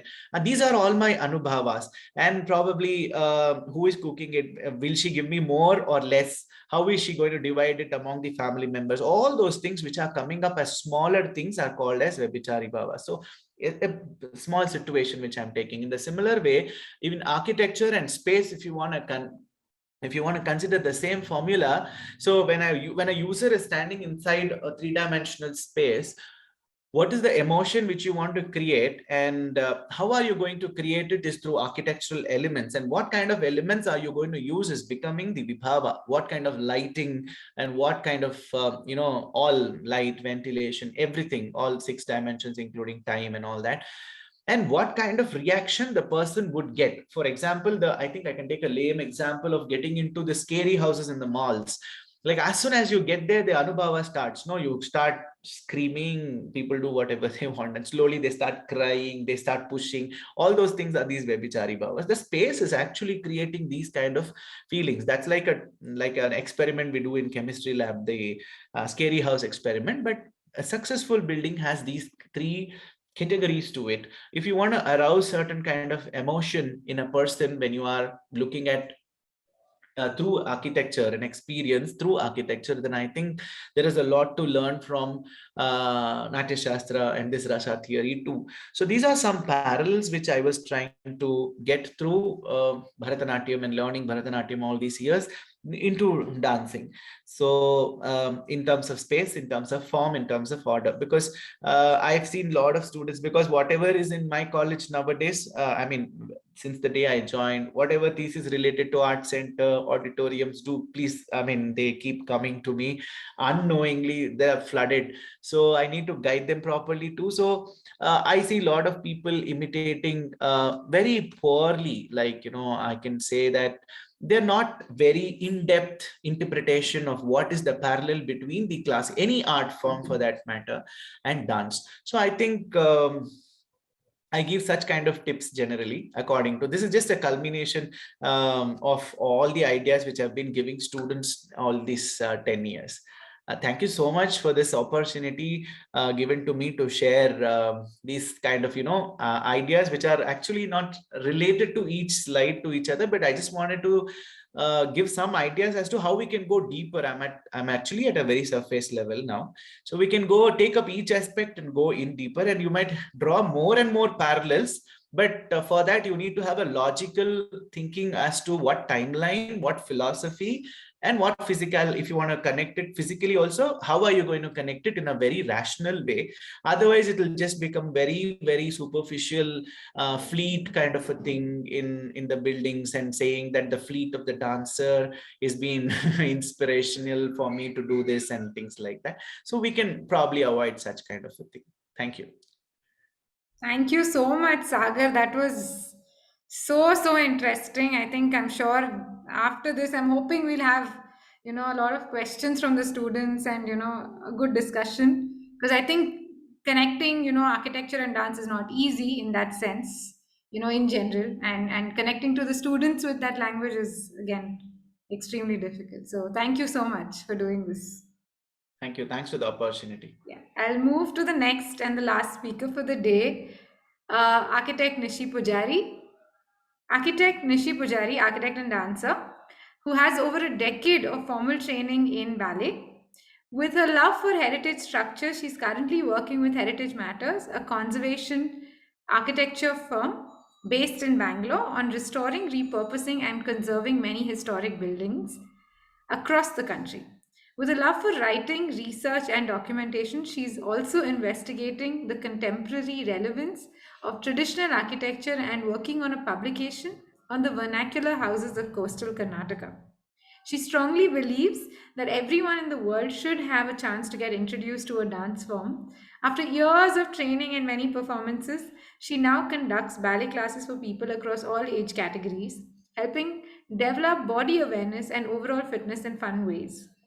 While she uses dance as an escape from the mundane world, the realm of design and building keeps her connected to the reality around her. Thank you so much, Aditi, for accepting our invite to be here. Yeah, Nishi. Yeah, thank you so much, Shweta. Yeah. So I'll start off. So good evening, everyone. Can you switch on your camera? Yes. 1 second. Yeah.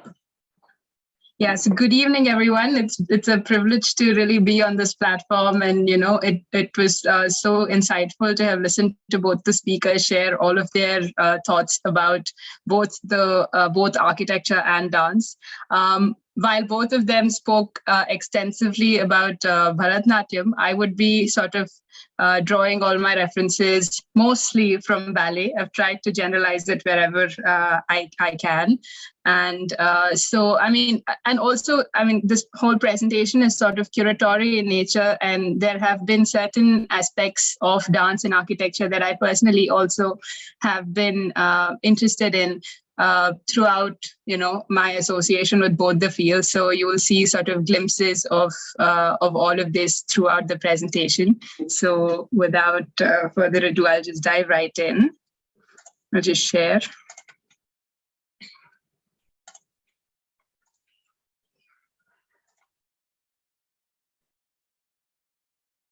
Sorry, 1 second.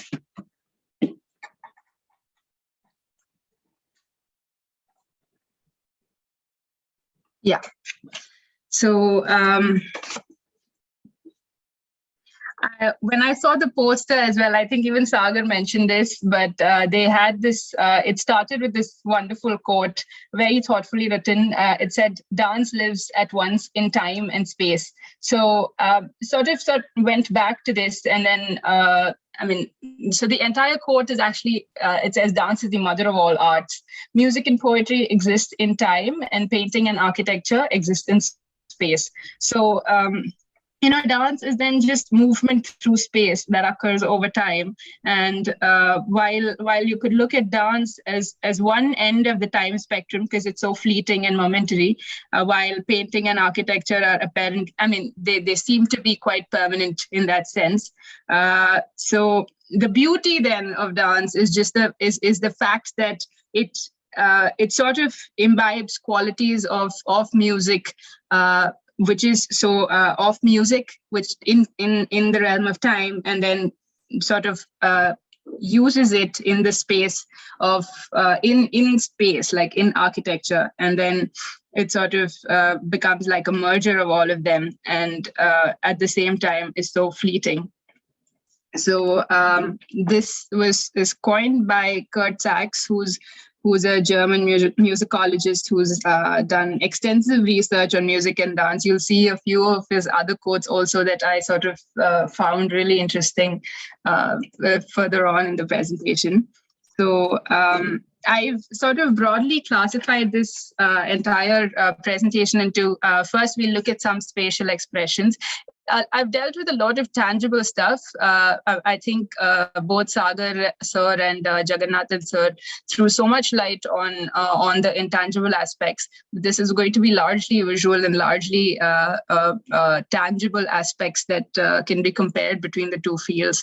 So first we'll look at spatial expressions directly between dance and architecture, and then it was quite interesting to sort of look at the history of how both of these fields have grown from a time immemorial to now.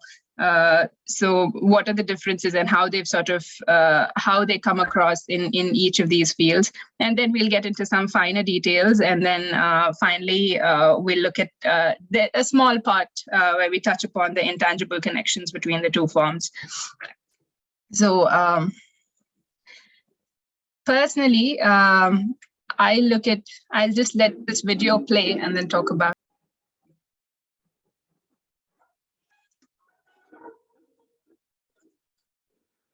Yeah, so I mean, if you sort of just looked at it, almost seems like a painting in space, right? So when we usually look at dance, we don't look at it like that. We don't look at what is happening to the space around the dancer. We just look at what the dancer is doing. So when I look at dance now, it's almost like a painting that's created in architectural space and sort of combines music, and then it's just so quick. So it's it's really what you do in your mind. It's so much more than what meets the eye. So I mean, this is just sort of to say that next time whenever you all get a chance to look at a dance performance, maybe there are more than one ways to look at it. So with that, there's that's one way of looking at it.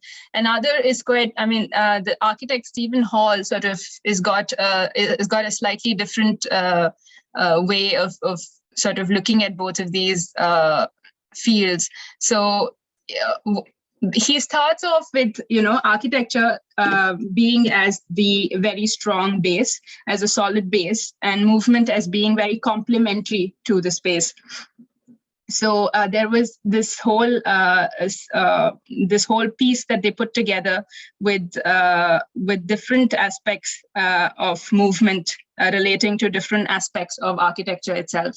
So he talks about architecture. Anything in architecture, basically he breaks it down to just four things.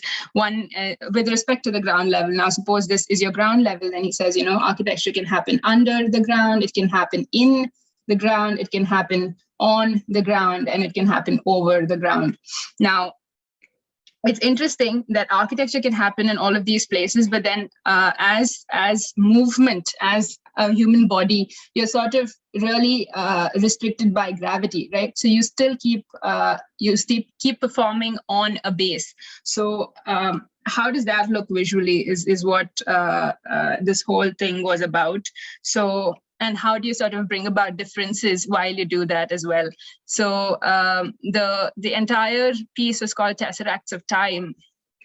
And so they created a space with a lot of conceptualization for it, and then went about. So it's an entire 20-minute piece, but I've sort of just got extracts from it.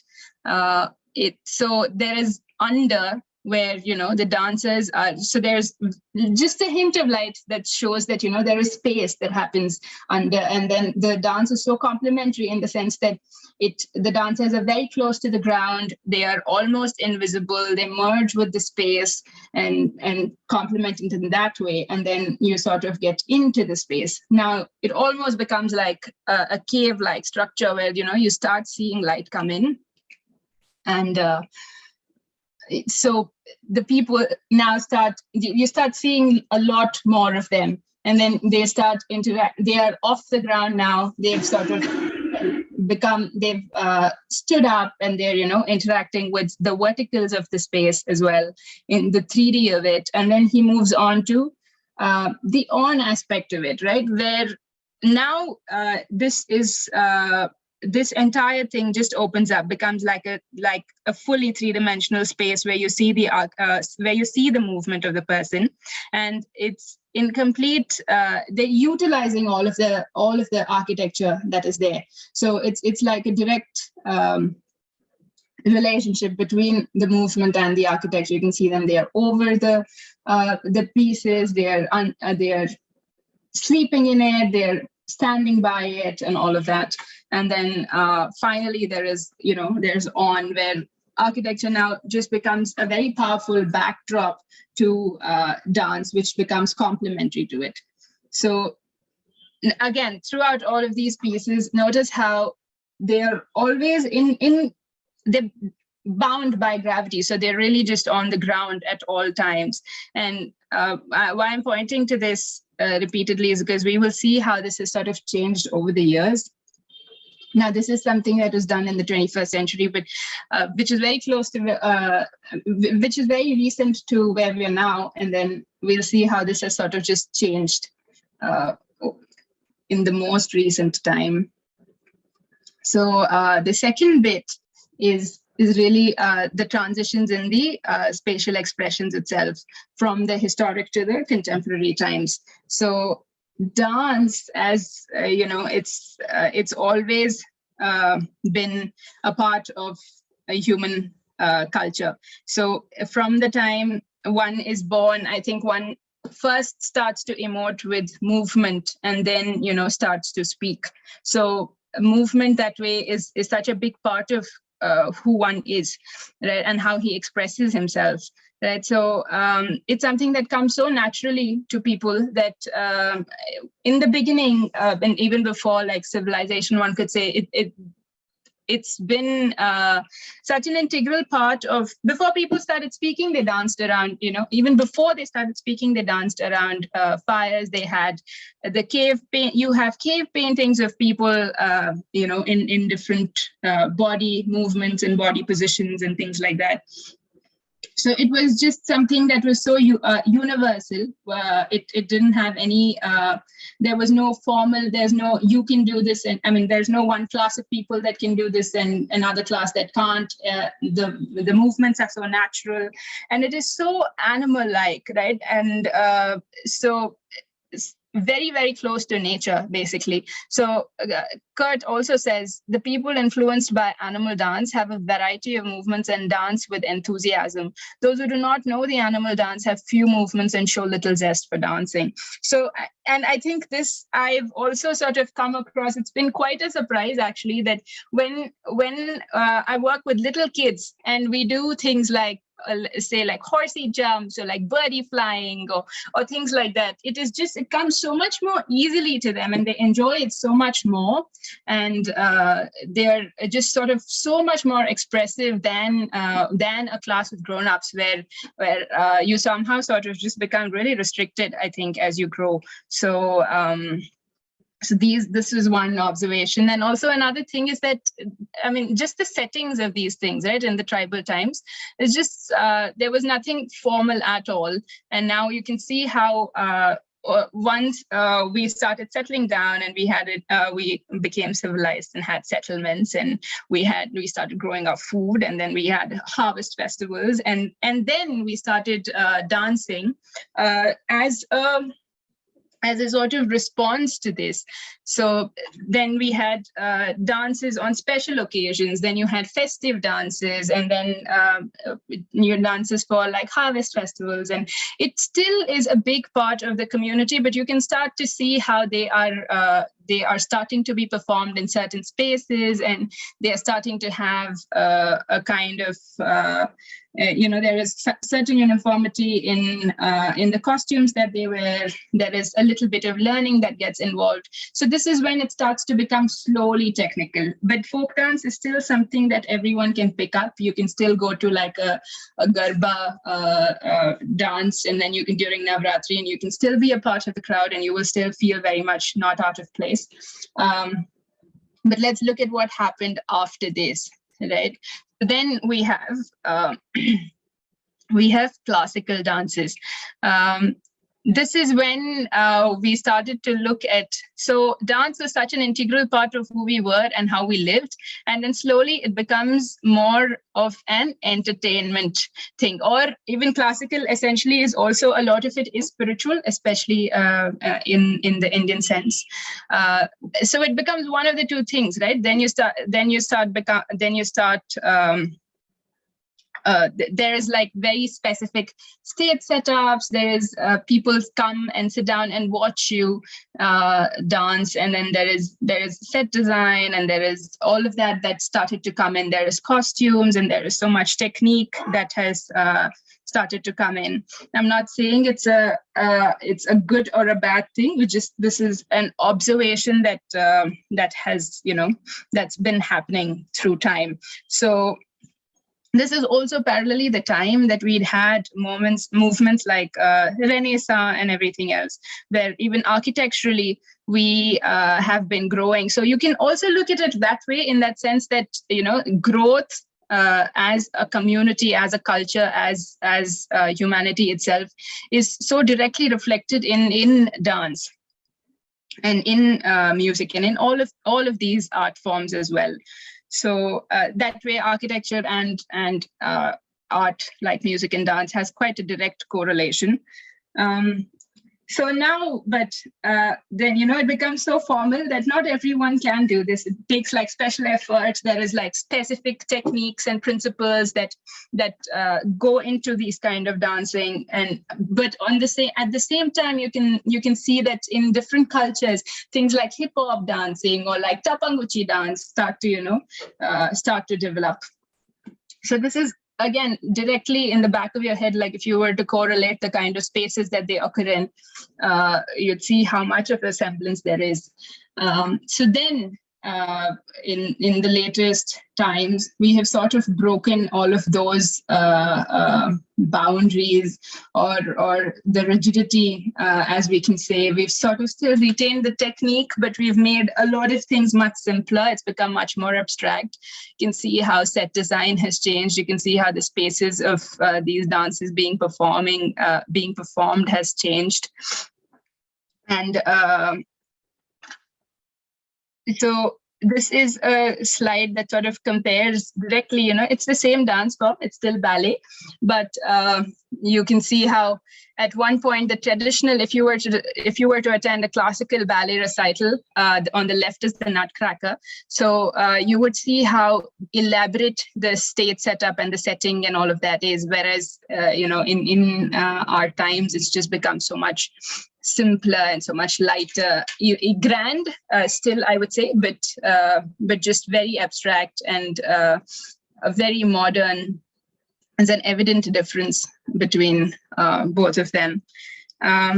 So there's always, and then it started to become, dance itself started to become very free-flowing, and there was expressions and moods and everything else started to become so much more. It's not that it wasn't there in the technical sense, but in the classical form, but all of it is just not so rigid anymore. Yeah, and then what are we heading towards, right? So this is what I was coming to, where we've grown so much, and we have reached this point where we've got new forms, and we have so many of these. We have aerial, we have hoop dancing, and we have pole dancing, and all of that, which is ever pushing boundaries, and it's a direct reflection in the space as well, in what we develop, in how we're able to use it, in the fact that we're able to suspend things and people, and use it for creative expression. So it's interesting to see what will be, what will sort of come ahead out of all of this. Then we have certain finer connections. Now, of course, like visually, we saw how this is, but then underlying any structure is like a lot of structural integrity that it's built with, and underlying any dance form is a lot of principles and techniques that go into making it look the way it is. Not that one has to understand what goes into it. One can still just enjoy it. That is actually the goal, really, but it's nice to sort of see how much of a resemblance there is between all of these things. So just to sort of put a very very common example ahead, the arch, the way that sort of takes weight, and then everybody's sort of like, how do people stand on point toes, on toes, and on point shoes? So it's really, it's almost the same. So you not that this is a compressive arch in any way, but so the toe sort of lifts up, and then there is this the arch of the feet, sort of when you lift up, and then your Achilles tendon sort of pushes the force up, and then your big toe and the metatarsal pushes the force down, and then sort of this your arch sort of tightens, and then you sort of lift up. Now, how much you lift up is really the test. So if you're going to be like half an arch, then this force is going to act downward like that and keep pulling you down. But then the moment you sort of become straight, gravity wise, then you're sort of just pushing this down, your Achilles is pointing up, and then this force is also just acting straight down, balancing your center of gravity. So there is just so much of this this technique. You can see that this is that plantar fascia, which sort of helps make that arch, which helps hold you up. So the smallest of the things in dance relates to how the integrity of a dancer would be, and also directly how similarly that way the basic principles again define how structurally a building would sort of stand. So same for like pirouettes, which almost seem like one would sort of really, when I started doing ballet, I was so amazed at how one could do this. It was almost impossible physically.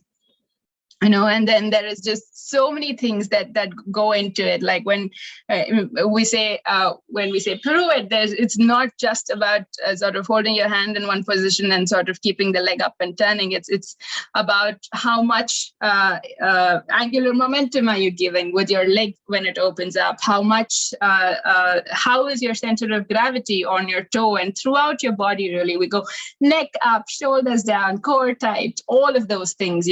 So these little things, although you cannot see them while a dancer is dancing, and that is the whole point. Like that is the whole point about cantilevered structures, about how something that is that looks really beautiful and looks very effortless, but at the same time has so much principle in it. Right. So before I play this, I would say just look at her supporting leg, look at her opening leg and her hands, and I'll come back to a few points.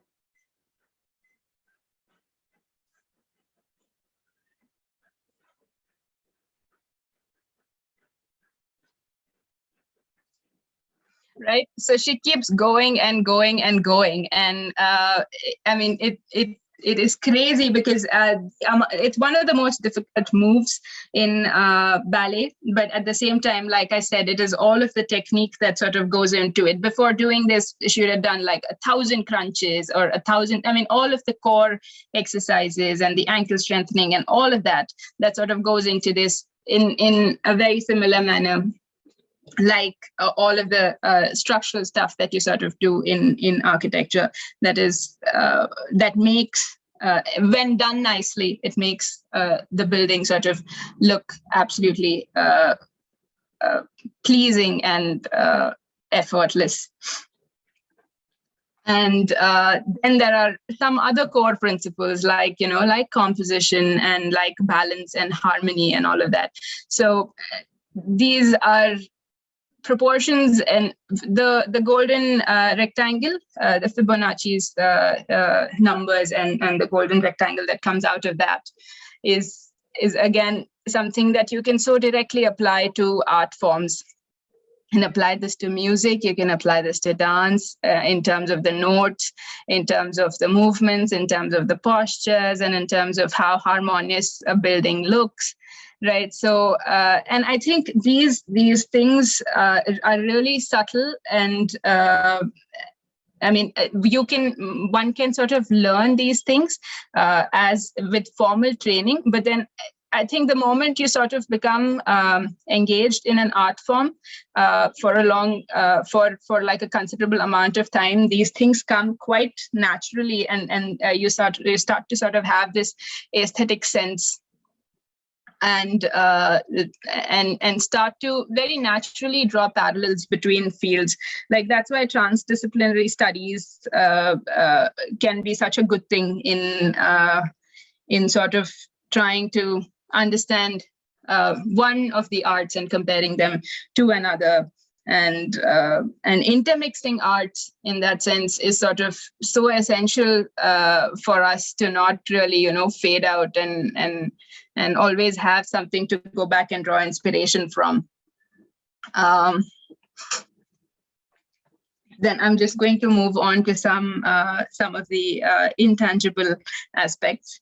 Now, I think even Sagar sir sort of put this so beautifully with the rasa, which sort of then in three components leads to vibhava, anubhava, and vyabhichari. It's sort of at the end of the day, it's really a lot of things that come together. It is the composition. It is on stage, for example. It is the lighting. It is the way the other dancers are standing with respect to a principal dancer. It is what postures they are in, and all of that together sort of creates this one setup that sort of fills the audience with like a sense of wonder.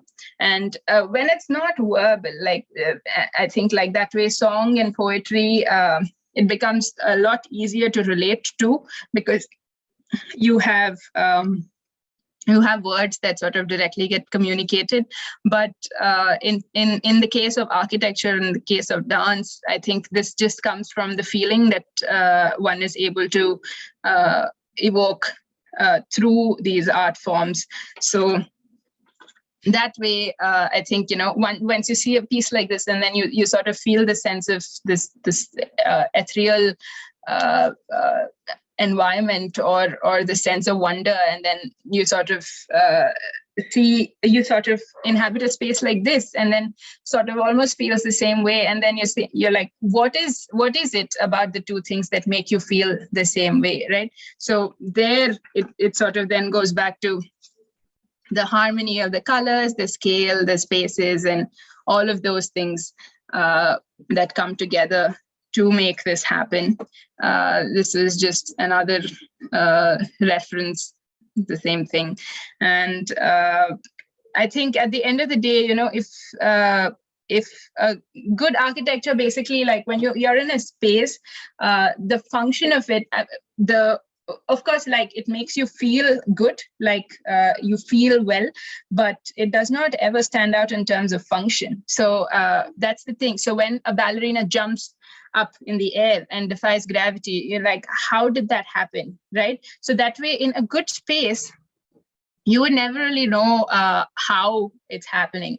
Whereas like functionally, if something's failing, like if it's a narrow cramped space and then you have some sharp corners and you've hit against it, then one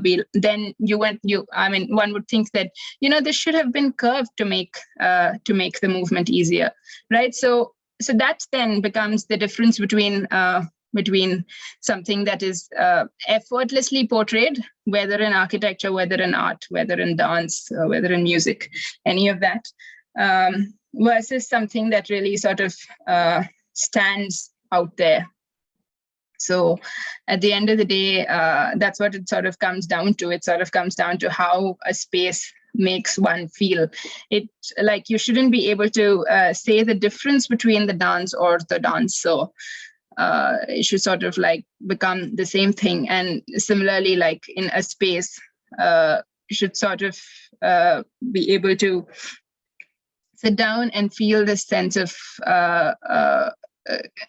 completeness, and not really not feel like there's too much light coming in, or there's like too suffocating, or any of those things. So it's really how one puts together all of these things that makes the difference. So so this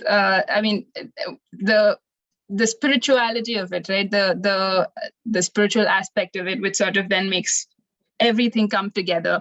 Again, there's one quote that says, the adult who puts his arm around his companion in the ballroom and the child in the roadway skipping it around dance, they forget themselves. They dissolve the weight of earthly contact and the rigidity of daily existence. The soul slips into a twilight stage. So it's really then that that an art is accomplished what it sort of set out to, when it sort of can make this happen. So that's what I've had to say. It has really been quite amazing to have been a part of this discussion, and have contributed my little thoughts. It's really, a lot of these are in the nascent stage, need a lot of more thought that goes into it, but yeah. Thank you so much, Nishi. I think thank you for introducing us to the world of, ballet. I mean, it's pretty new for a lot of us, and I think we have quite some takeaways from your, session today. So thank you so much. Thank you. Thank you for having me. I'd now like to take this opportunity to quickly sum up, and probably start a quick discussion.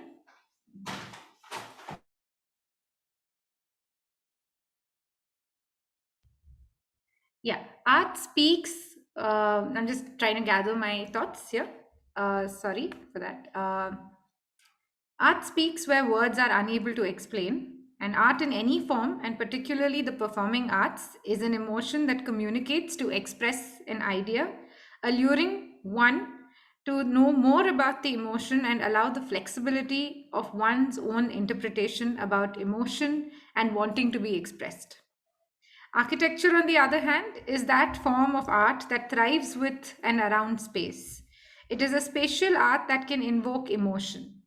The similarity between the two, dance and architecture, both unsaid emotion that want to be expressed, they want us to know what they've gone through all these years. Dance is the moving of the body in space, and the dialogue between a moving body and a space is what brings the two together.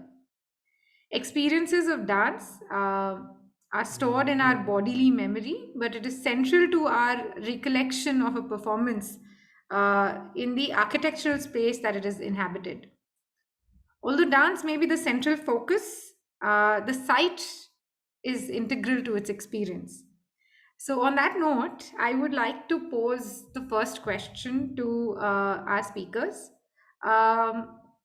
And I think in just no particular order, but Jagannathan sir can probably answer this first. How much impact does the stage and its limitations influence the planning of a performance in terms of uh, creating a connect with the audience? Absolutely. The stage is the base. Like as William Shakespeare said, all the world is a stage and all men, women are actors. So the stage is a very, very integral part of any performance. And it has as much as a role in the performance as that of the artist. That is why, Bharata in the Natya Shastra gives a detailed, explanation or description of the design of a theater in the very second chapter of the Natya Shastra. So it's absolutely important, and there can be no two issues in that. It is the stage which brings about the quality of the performance. Different kinds of styles. As I said, the Natya Shastra, is a commentary or an shastra for any movement of the human body. As Nishi was also mentioning, I could only look at the Akashacharis, that we do in the Bharatanatyam or Kathak, for that matter, the Brahmaris of the Kathak, the Acharis, which are there, which are very much in the Natya Shastra, and which are also done in classic ballet shows. So what has probably happened is some styles have emphasized on certain movements. So they got related to those styles, but not necessarily that it should be only used there. So the stage, coming back to what you said, is a platform through which the artist's skills are highlighted and presented more effectively. Otherwise, it'll be lost. Thank you, sir. Yeah. Thank you. Sagar, I think you had also mentioned about this in your presentation somewhere. You were talking about the spaces that sort of add to the performance, and the quality of, how integral it is where you're performing. Yeah, actually, can you come again with the question? I just missed the first part of it. Oh, okay. Sorry. No, so I was just saying how much impact does the stage and its limitations influence the planning of the performance? So Okay. again, sort of connecting Yeah. it back to the site, and Okay, again, if you look at the etymology of, again, the evolution of the spaces of performance itself, first it was performed in the temples, then we had a small Navarangams and etc., where we had a different kind of a setup for performances. Slowly it went on to processions and outside in the temple compounds. So then they got mantapas to perform, which were natya mantapas and etc. outside. So that had a different kind of a geometry. Slowly they went on to perform in courts, royal courts, where you have audiences from different angles. So even the proscenium stage is very new to Indian context, actually. Before it was already, I mean, a stage with all the sides audience and things like that. So you find choreographies also performed that way. Older choreographies, they used to perform one bit of dance at one directions also, for those side of audience. And so, even today we have that kind of a notion that whatever we do once to the right, we do once to the left, because that was supposed to be catching the audience of that direction. But slowly it happened such that now we don't require, because everything is proscenium, we see that 30-60 degree angle, but still that culture is still going on.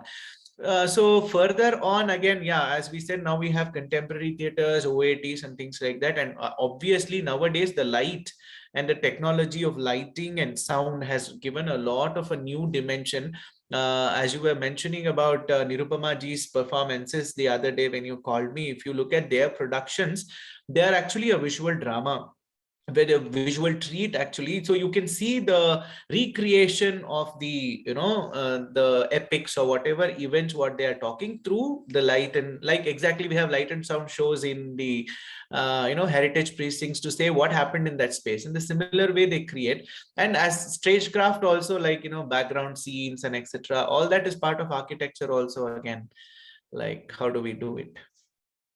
Thank you, Sagar. And Nishi, of course, started her presentation on that note where she said, just a small ray of light can just create this whole ambience of space. So, Nishi, your thoughts on the same?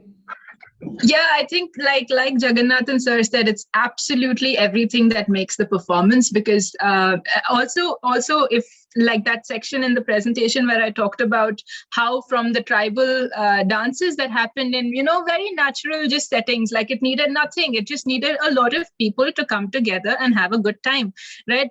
So from there, how we've come so far to now have like elaborate stage setups and have like this entire theatrical set, and you can have light and music, and technology has obviously sort of contributed so much to this that you can have any setup from anywhere in the world. You can watch a performance, you can create a ballet performance in India, you can have a Bharatanatyam performance in the West, you can do all of that with settings, right? So it is really the environment that you create that influences what the audience takes away from it, and also how much the audience engages with it. Because let's for the fun of it, let's look at how Sangeet used to happen in the weddings before, and how they happen recently. Like now you have a stage, you have a choreographed performance, you have the bride and the groom dancing, and the audience is watching. Yeah, they're having a good time, but it originally was everyone comes together, has a good time,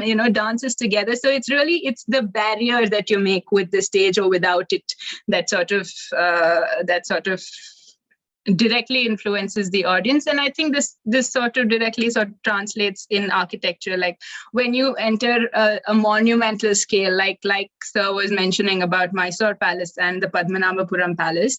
So how you're sort of enthralled by the scale of it, and then you feel like you do not belong, versus when something is very human, you feel much more a part of it. So yeah. Yeah, thank you. And actually, the next one that I'm going to be asking is probably something that you might have been asked in the past, but I'm still going to go ahead because I'm sure a lot of the young minds here would want to know about this. So, learning dance at a professional level instills a level of discipline, rigor, and a lot of time management, and I'm assuming a lot of dedication, of course. So how has that sort of influenced your individual approaches to architecture?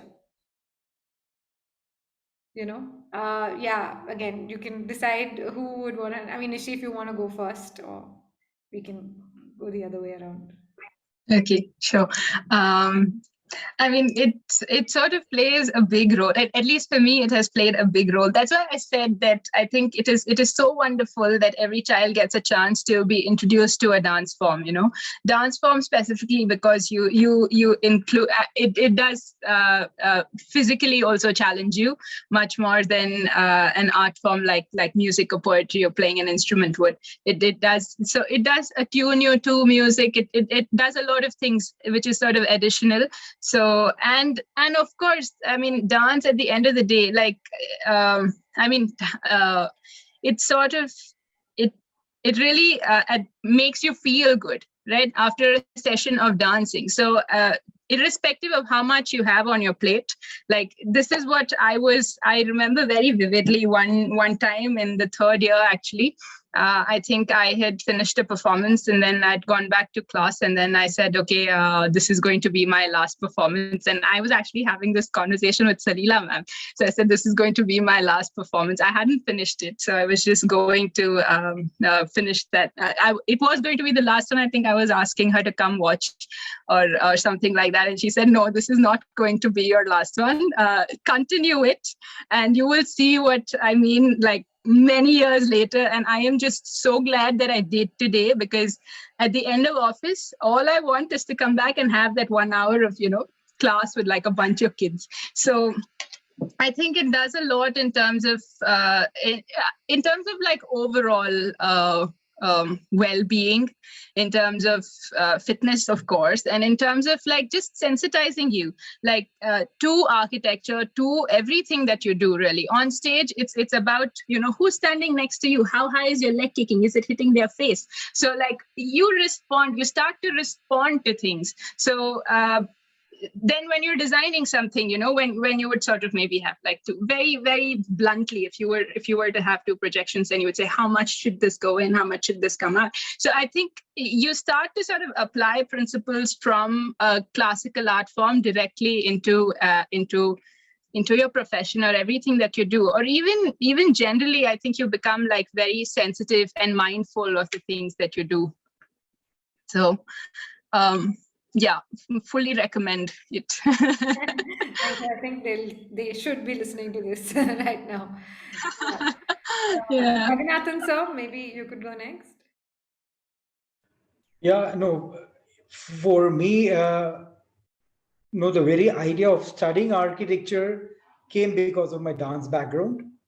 Dr. Padma Subramaniam was doing her research, and she used to, you know, be researching in the temples of Tanjavur, Chidambaram, and Kumbakonam Sharankapani temples.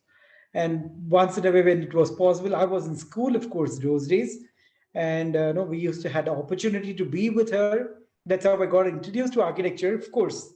No, then I thought architecture was a Brihadishwara temple and no Chidambaram temple, and very honestly, to my utter shock, basic design had nothing of that. And of course, no, slowly over a period of time, with teachers like Anantakrishna sir, Professor Ravindra, no, we kind of got exposed and learned. Yes, certainly it did bring in a lot of discipline. And for me, though, it was a big controversy, because the days when I'm talking of the late 70s, when I started learning dance, and then boy, at that time I was learning dance, was that Bharatanatyam was terrible, and like it was, it sent shock waves. And the whole of Dr. Padma Subramaniam's dance school had one boy who was learning dance. And maybe sometime later, much later, Kamala Hassan came and asked if he would, if Dr. Padma would teach him. But that was all a lot later. So yes, it was an experience, and I would personally say dance, particularly because of my own personal experience, for that matter, any art will add to the flavor of an architecture student. So yes, as Ms. Nisha said, I always, even in art college, even now, I encourage students who are into any other art form, including modeling, to continue their activities along, of course, with architecture. Architecture itself is extremely demanding. The art form adds on to the demand, but I think we can still make it. I think at least the three of us here are living examples that we Absolutely, can sir. do it. Absolutely. And this is exactly what we wanted. It's sort of reiterating. Would we try and time and again tell our students, to pursue their passions and to follow, Please. their art Yes. forms. And so thank you for reiterating that, sir. Sagar, In fact, I would say that, I'm so blessed that I've been on stage with a legend like Dr. Padma Subramaniam and even Birju Maharaj ji. Absolutely. So like that's something great, you can, to have achieved. I think, in sir, life. it's our honor Even to having have you been- here represent them today. Oh, no. Absolutely. Absolutely.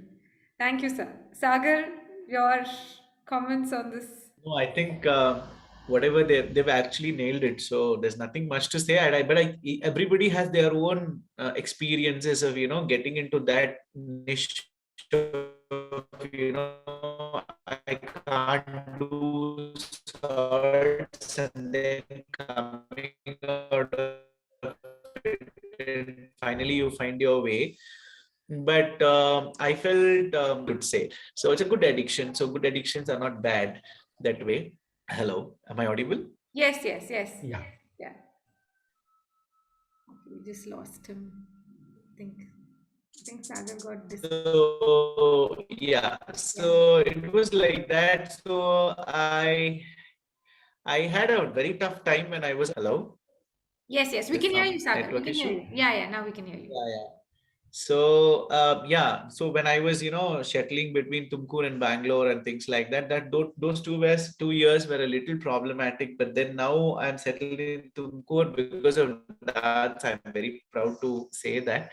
So having as rightly Nishi pointed out, I finish my college classes and come here and wait for the evening workout kind of a thing, my session. And online classes now has also given me back my gurus from Tamil Nadu, whom I used to visit every year once or twice, because I could not go on a daily basis after I joined architecture. Now, because of online classes, we can connect very soon. So nice developments. But only thing I suggest is you have to be very careful. Indeed, obviously, it's nice to say that you have to pursue both, but sometimes people also have said that putting legs in both boats at the same time would be a little problematic, but you need to be wiser enough as to how do you manage. When I would say do both together, because it's not possible to dance and also draft the same day after the dance session without rest. Come and draft BC sheet is never possible. So you need to know when your submission is, and exclusively for students, when your submission is and when your exams are, so you can do a little bit of less of your practice. And when you have nothing, you can dance for 2 hours, 3 hours, and nobody is there to ask you. So you can balance. It's like a long run thing. It has to be a long run thing rather than, one course, I will lose 4 kg weight. That's not possible. So those kind of goals won't work in, I think, dancing, I guess. Thank you, Sagar. Thank you so much. And very quickly, because I think we've overshot today, but it's been such an interesting session. But I'd still like to open the floor out for the audience to ask questions.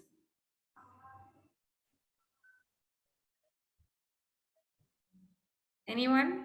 Yeah, I'm guessing everyone's hungry at this stage. It's dinner time. So, yeah, okay. Hello, yeah. Yeah, hello, sir. Am I audible? Yes, sir, you're audible. I think I should start first with my compliments to Shweta and Anuradha ma'am for having brought such a wonderful panel on the platform. I don't think we could have thought of any better names than what we have today. So I should start with thanking my dear colleague, Dr. Jagannathan. Wonderful. I think it was a very insightful presentation of yours. And it's a very complex and complex kind of a topic when we say that dance and architecture and the music and architecture. Yeah, music and architecture, it's very easy to understand. Sometimes because the acoustics comes and I'm being the person from the acoustics. But I was really keen to understand that how the dance and architecture is related from the eyes of the experts who are sitting here. So thank you very much, Dr. Jagannathan, for being on this platform. It was Thank a you, sir. wonderful insight provided by you. And of course, Sagar, so nice of you for accepting our invitation. Actually, I was not aware that you are say such a proficient dancer until Shweta told me that yes, Sagar is a proficient dancer also. So of course, this is something which was I was not aware. So wonderful talk. I think I'm sure that the students might really learned a lot from this conversation and the presentation from you. And Thank of you, course, sir. Nishi, we have seen you performing in in our stages. I'm very happy to see that you are graduating to a better and better level. It was wonderful to have you back in RV on the RV platform. So thank you all of you once again, and yes, thank you the organizers once again for organizing such a wonderful talk. Yeah, thank you. Thank you, sir. Thank you so much. Yes, I see my teammates are here online, Salila ma'am and Anuradha ma'am. Like some Yeah, comments thank you from so you? much. Thank These were you. amazing talks, and I for one, I learned dance, but then I'm one of those quitters. So I'm so glad. It's always lovely to see when people pursue it, and as all of you were saying, you can actually feed off each field to kind of, keep your passion alive for the other. And then you see these amazing connections. So thank you so much. It was wonderful. I have been a bystander with respect to the allied arts of architecture. I mean, the dance and drama and all that. But I have been a very interested spectator and a listener. So thanks a lot. It is wonderful to listen to all of you. Thanks a lot. And I would now like to take this opportunity to thank our principal for constantly providing us this encouragement to do such sessions, because I'm sure today there's a lot of students as well as faculty members on board who would have major set of takeaways from this session. So thank you so much, Yes. sir, for, Thank you. Thank you. thank you so much. Shweta, there's one question. I know it's too late. Maybe Okay. this is something Okay, Aishwarya's question. Aishwarya Narayan. Okay, we'll take that. Aishwarya, would you want to ask the question yourself? Hi, everyone. Just on voice today. Yeah. Thank you so much for the lovely presentations. And it's always a pleasure to listen to Nishi talk, if I can be biased.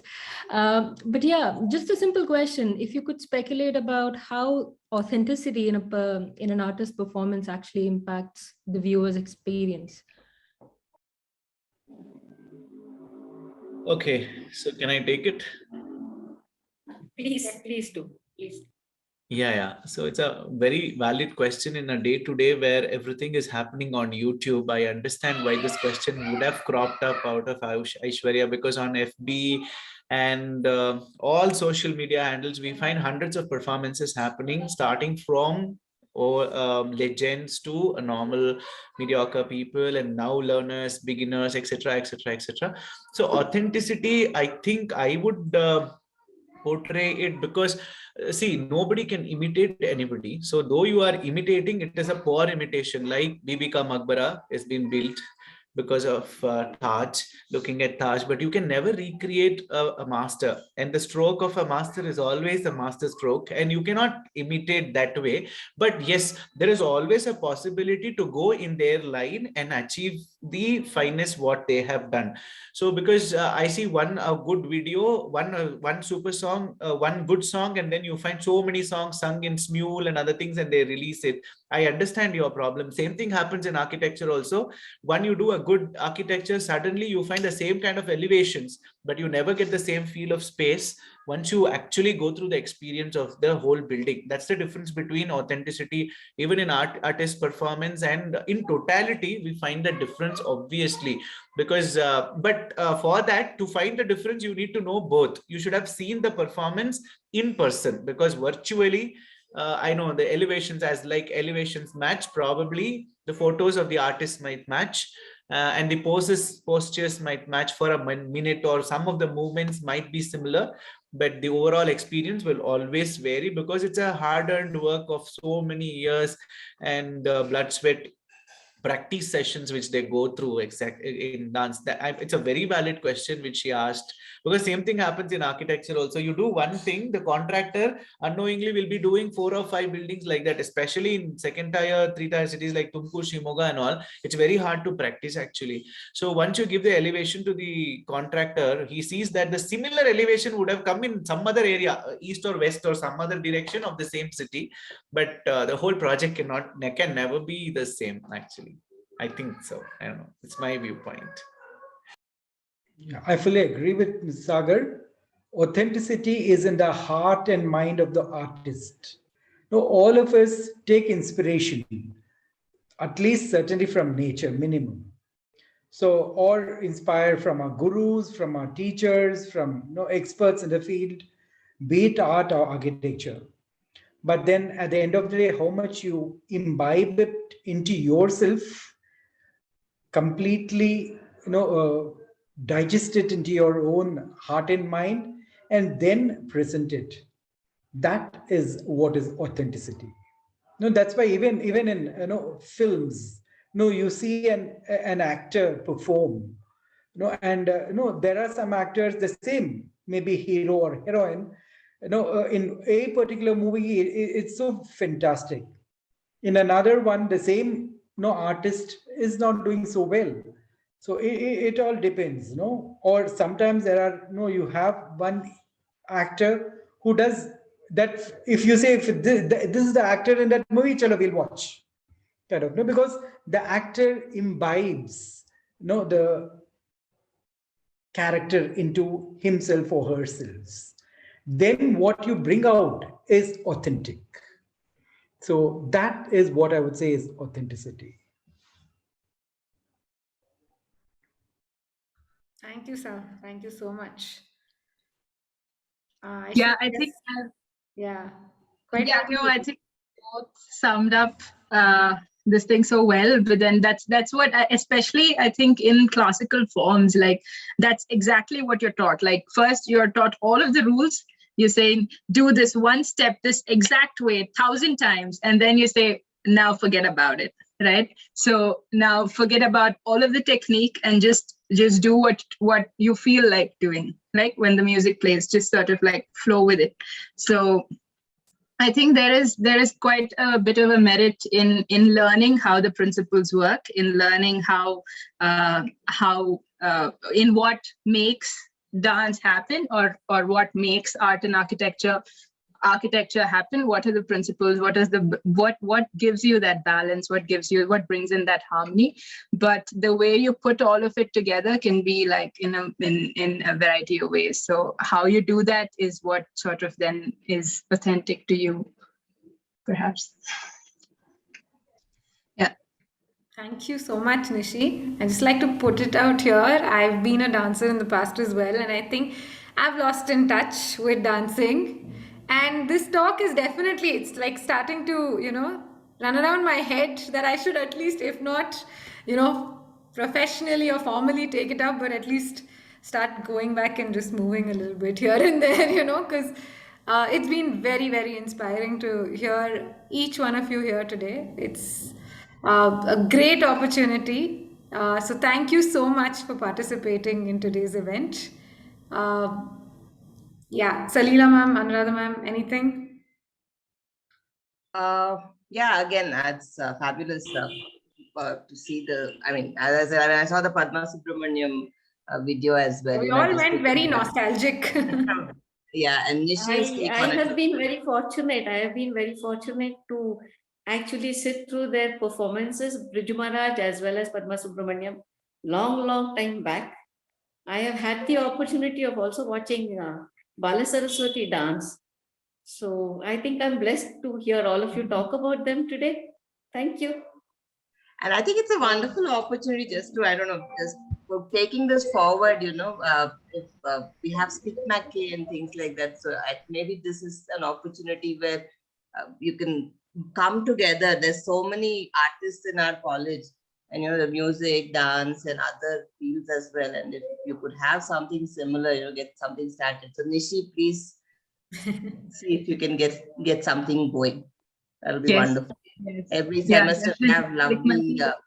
You can actually make a dance drama and put it all together. If I had the opportunity of watching Kathak and Bharatanatyam and Kuchipudi people dance at the same time for the Thala. And it was an amazing performance of how each one took off from where the other stopped. And it was just amazing. I'm talking about the dance part where Sagar mentioned, where the words were not there and they were just dancing for the beat. So the expression part of it would not be there. The Abhinaya part of it would not be there, but they were dancing just for the beat. It was an amazing performance. I've forgotten where I watched it. If I remember right, either it is Town Hall or Ravindra Kalakshetra. I'm not too sure. It was just amazing. A few years back, Dr. Padma Subramaniam and Birju Maharaj were together on stage on a Jugalbandi. So yes, absolutely. Maybe what we should do is all teachers of architecture who are and who were dancing should come together and make a dance drama. Absolutely, sir. That'd be beautiful, sir. Absolutely. Sir, in fact, that's what I was going to end on. I was like, we've had a very interesting session with all of you, speaking about dance. And I think the next one we'd look forward to is probably all of you performing, a bit for us, because that would be Yeah. another That level would of, be nice. inspiration to give. So thank you so much once. No, I would like all of you also to join who gave up dance at some point of time. Join back. Absolutely, sir. Absolutely. That's an open invitation. Open Yes, invitation for yes, you. definitely, sir. You and Definitely. Salila, both of you. You and Salila, both of you. Yes, definitely, After sir. you, though. I'll be a happy spectator. I'll be a very happy spectator. Thank you. Thank sir. you very Thank much. you. I think it's quite, appropriate for me to now end at this note, because I'm guessing everyone's getting very hungry. So thank you so much once again for being a part of today's event. Looking forward to Thank you, all of you. at some other session. Thank you, sir. Thank you. Thank you, all of you. Have a Thank good you, all of night. you. Thank you so much. Thank you, Thank sir. you, thank you, sir. Thank you. So nice of you. Thank you.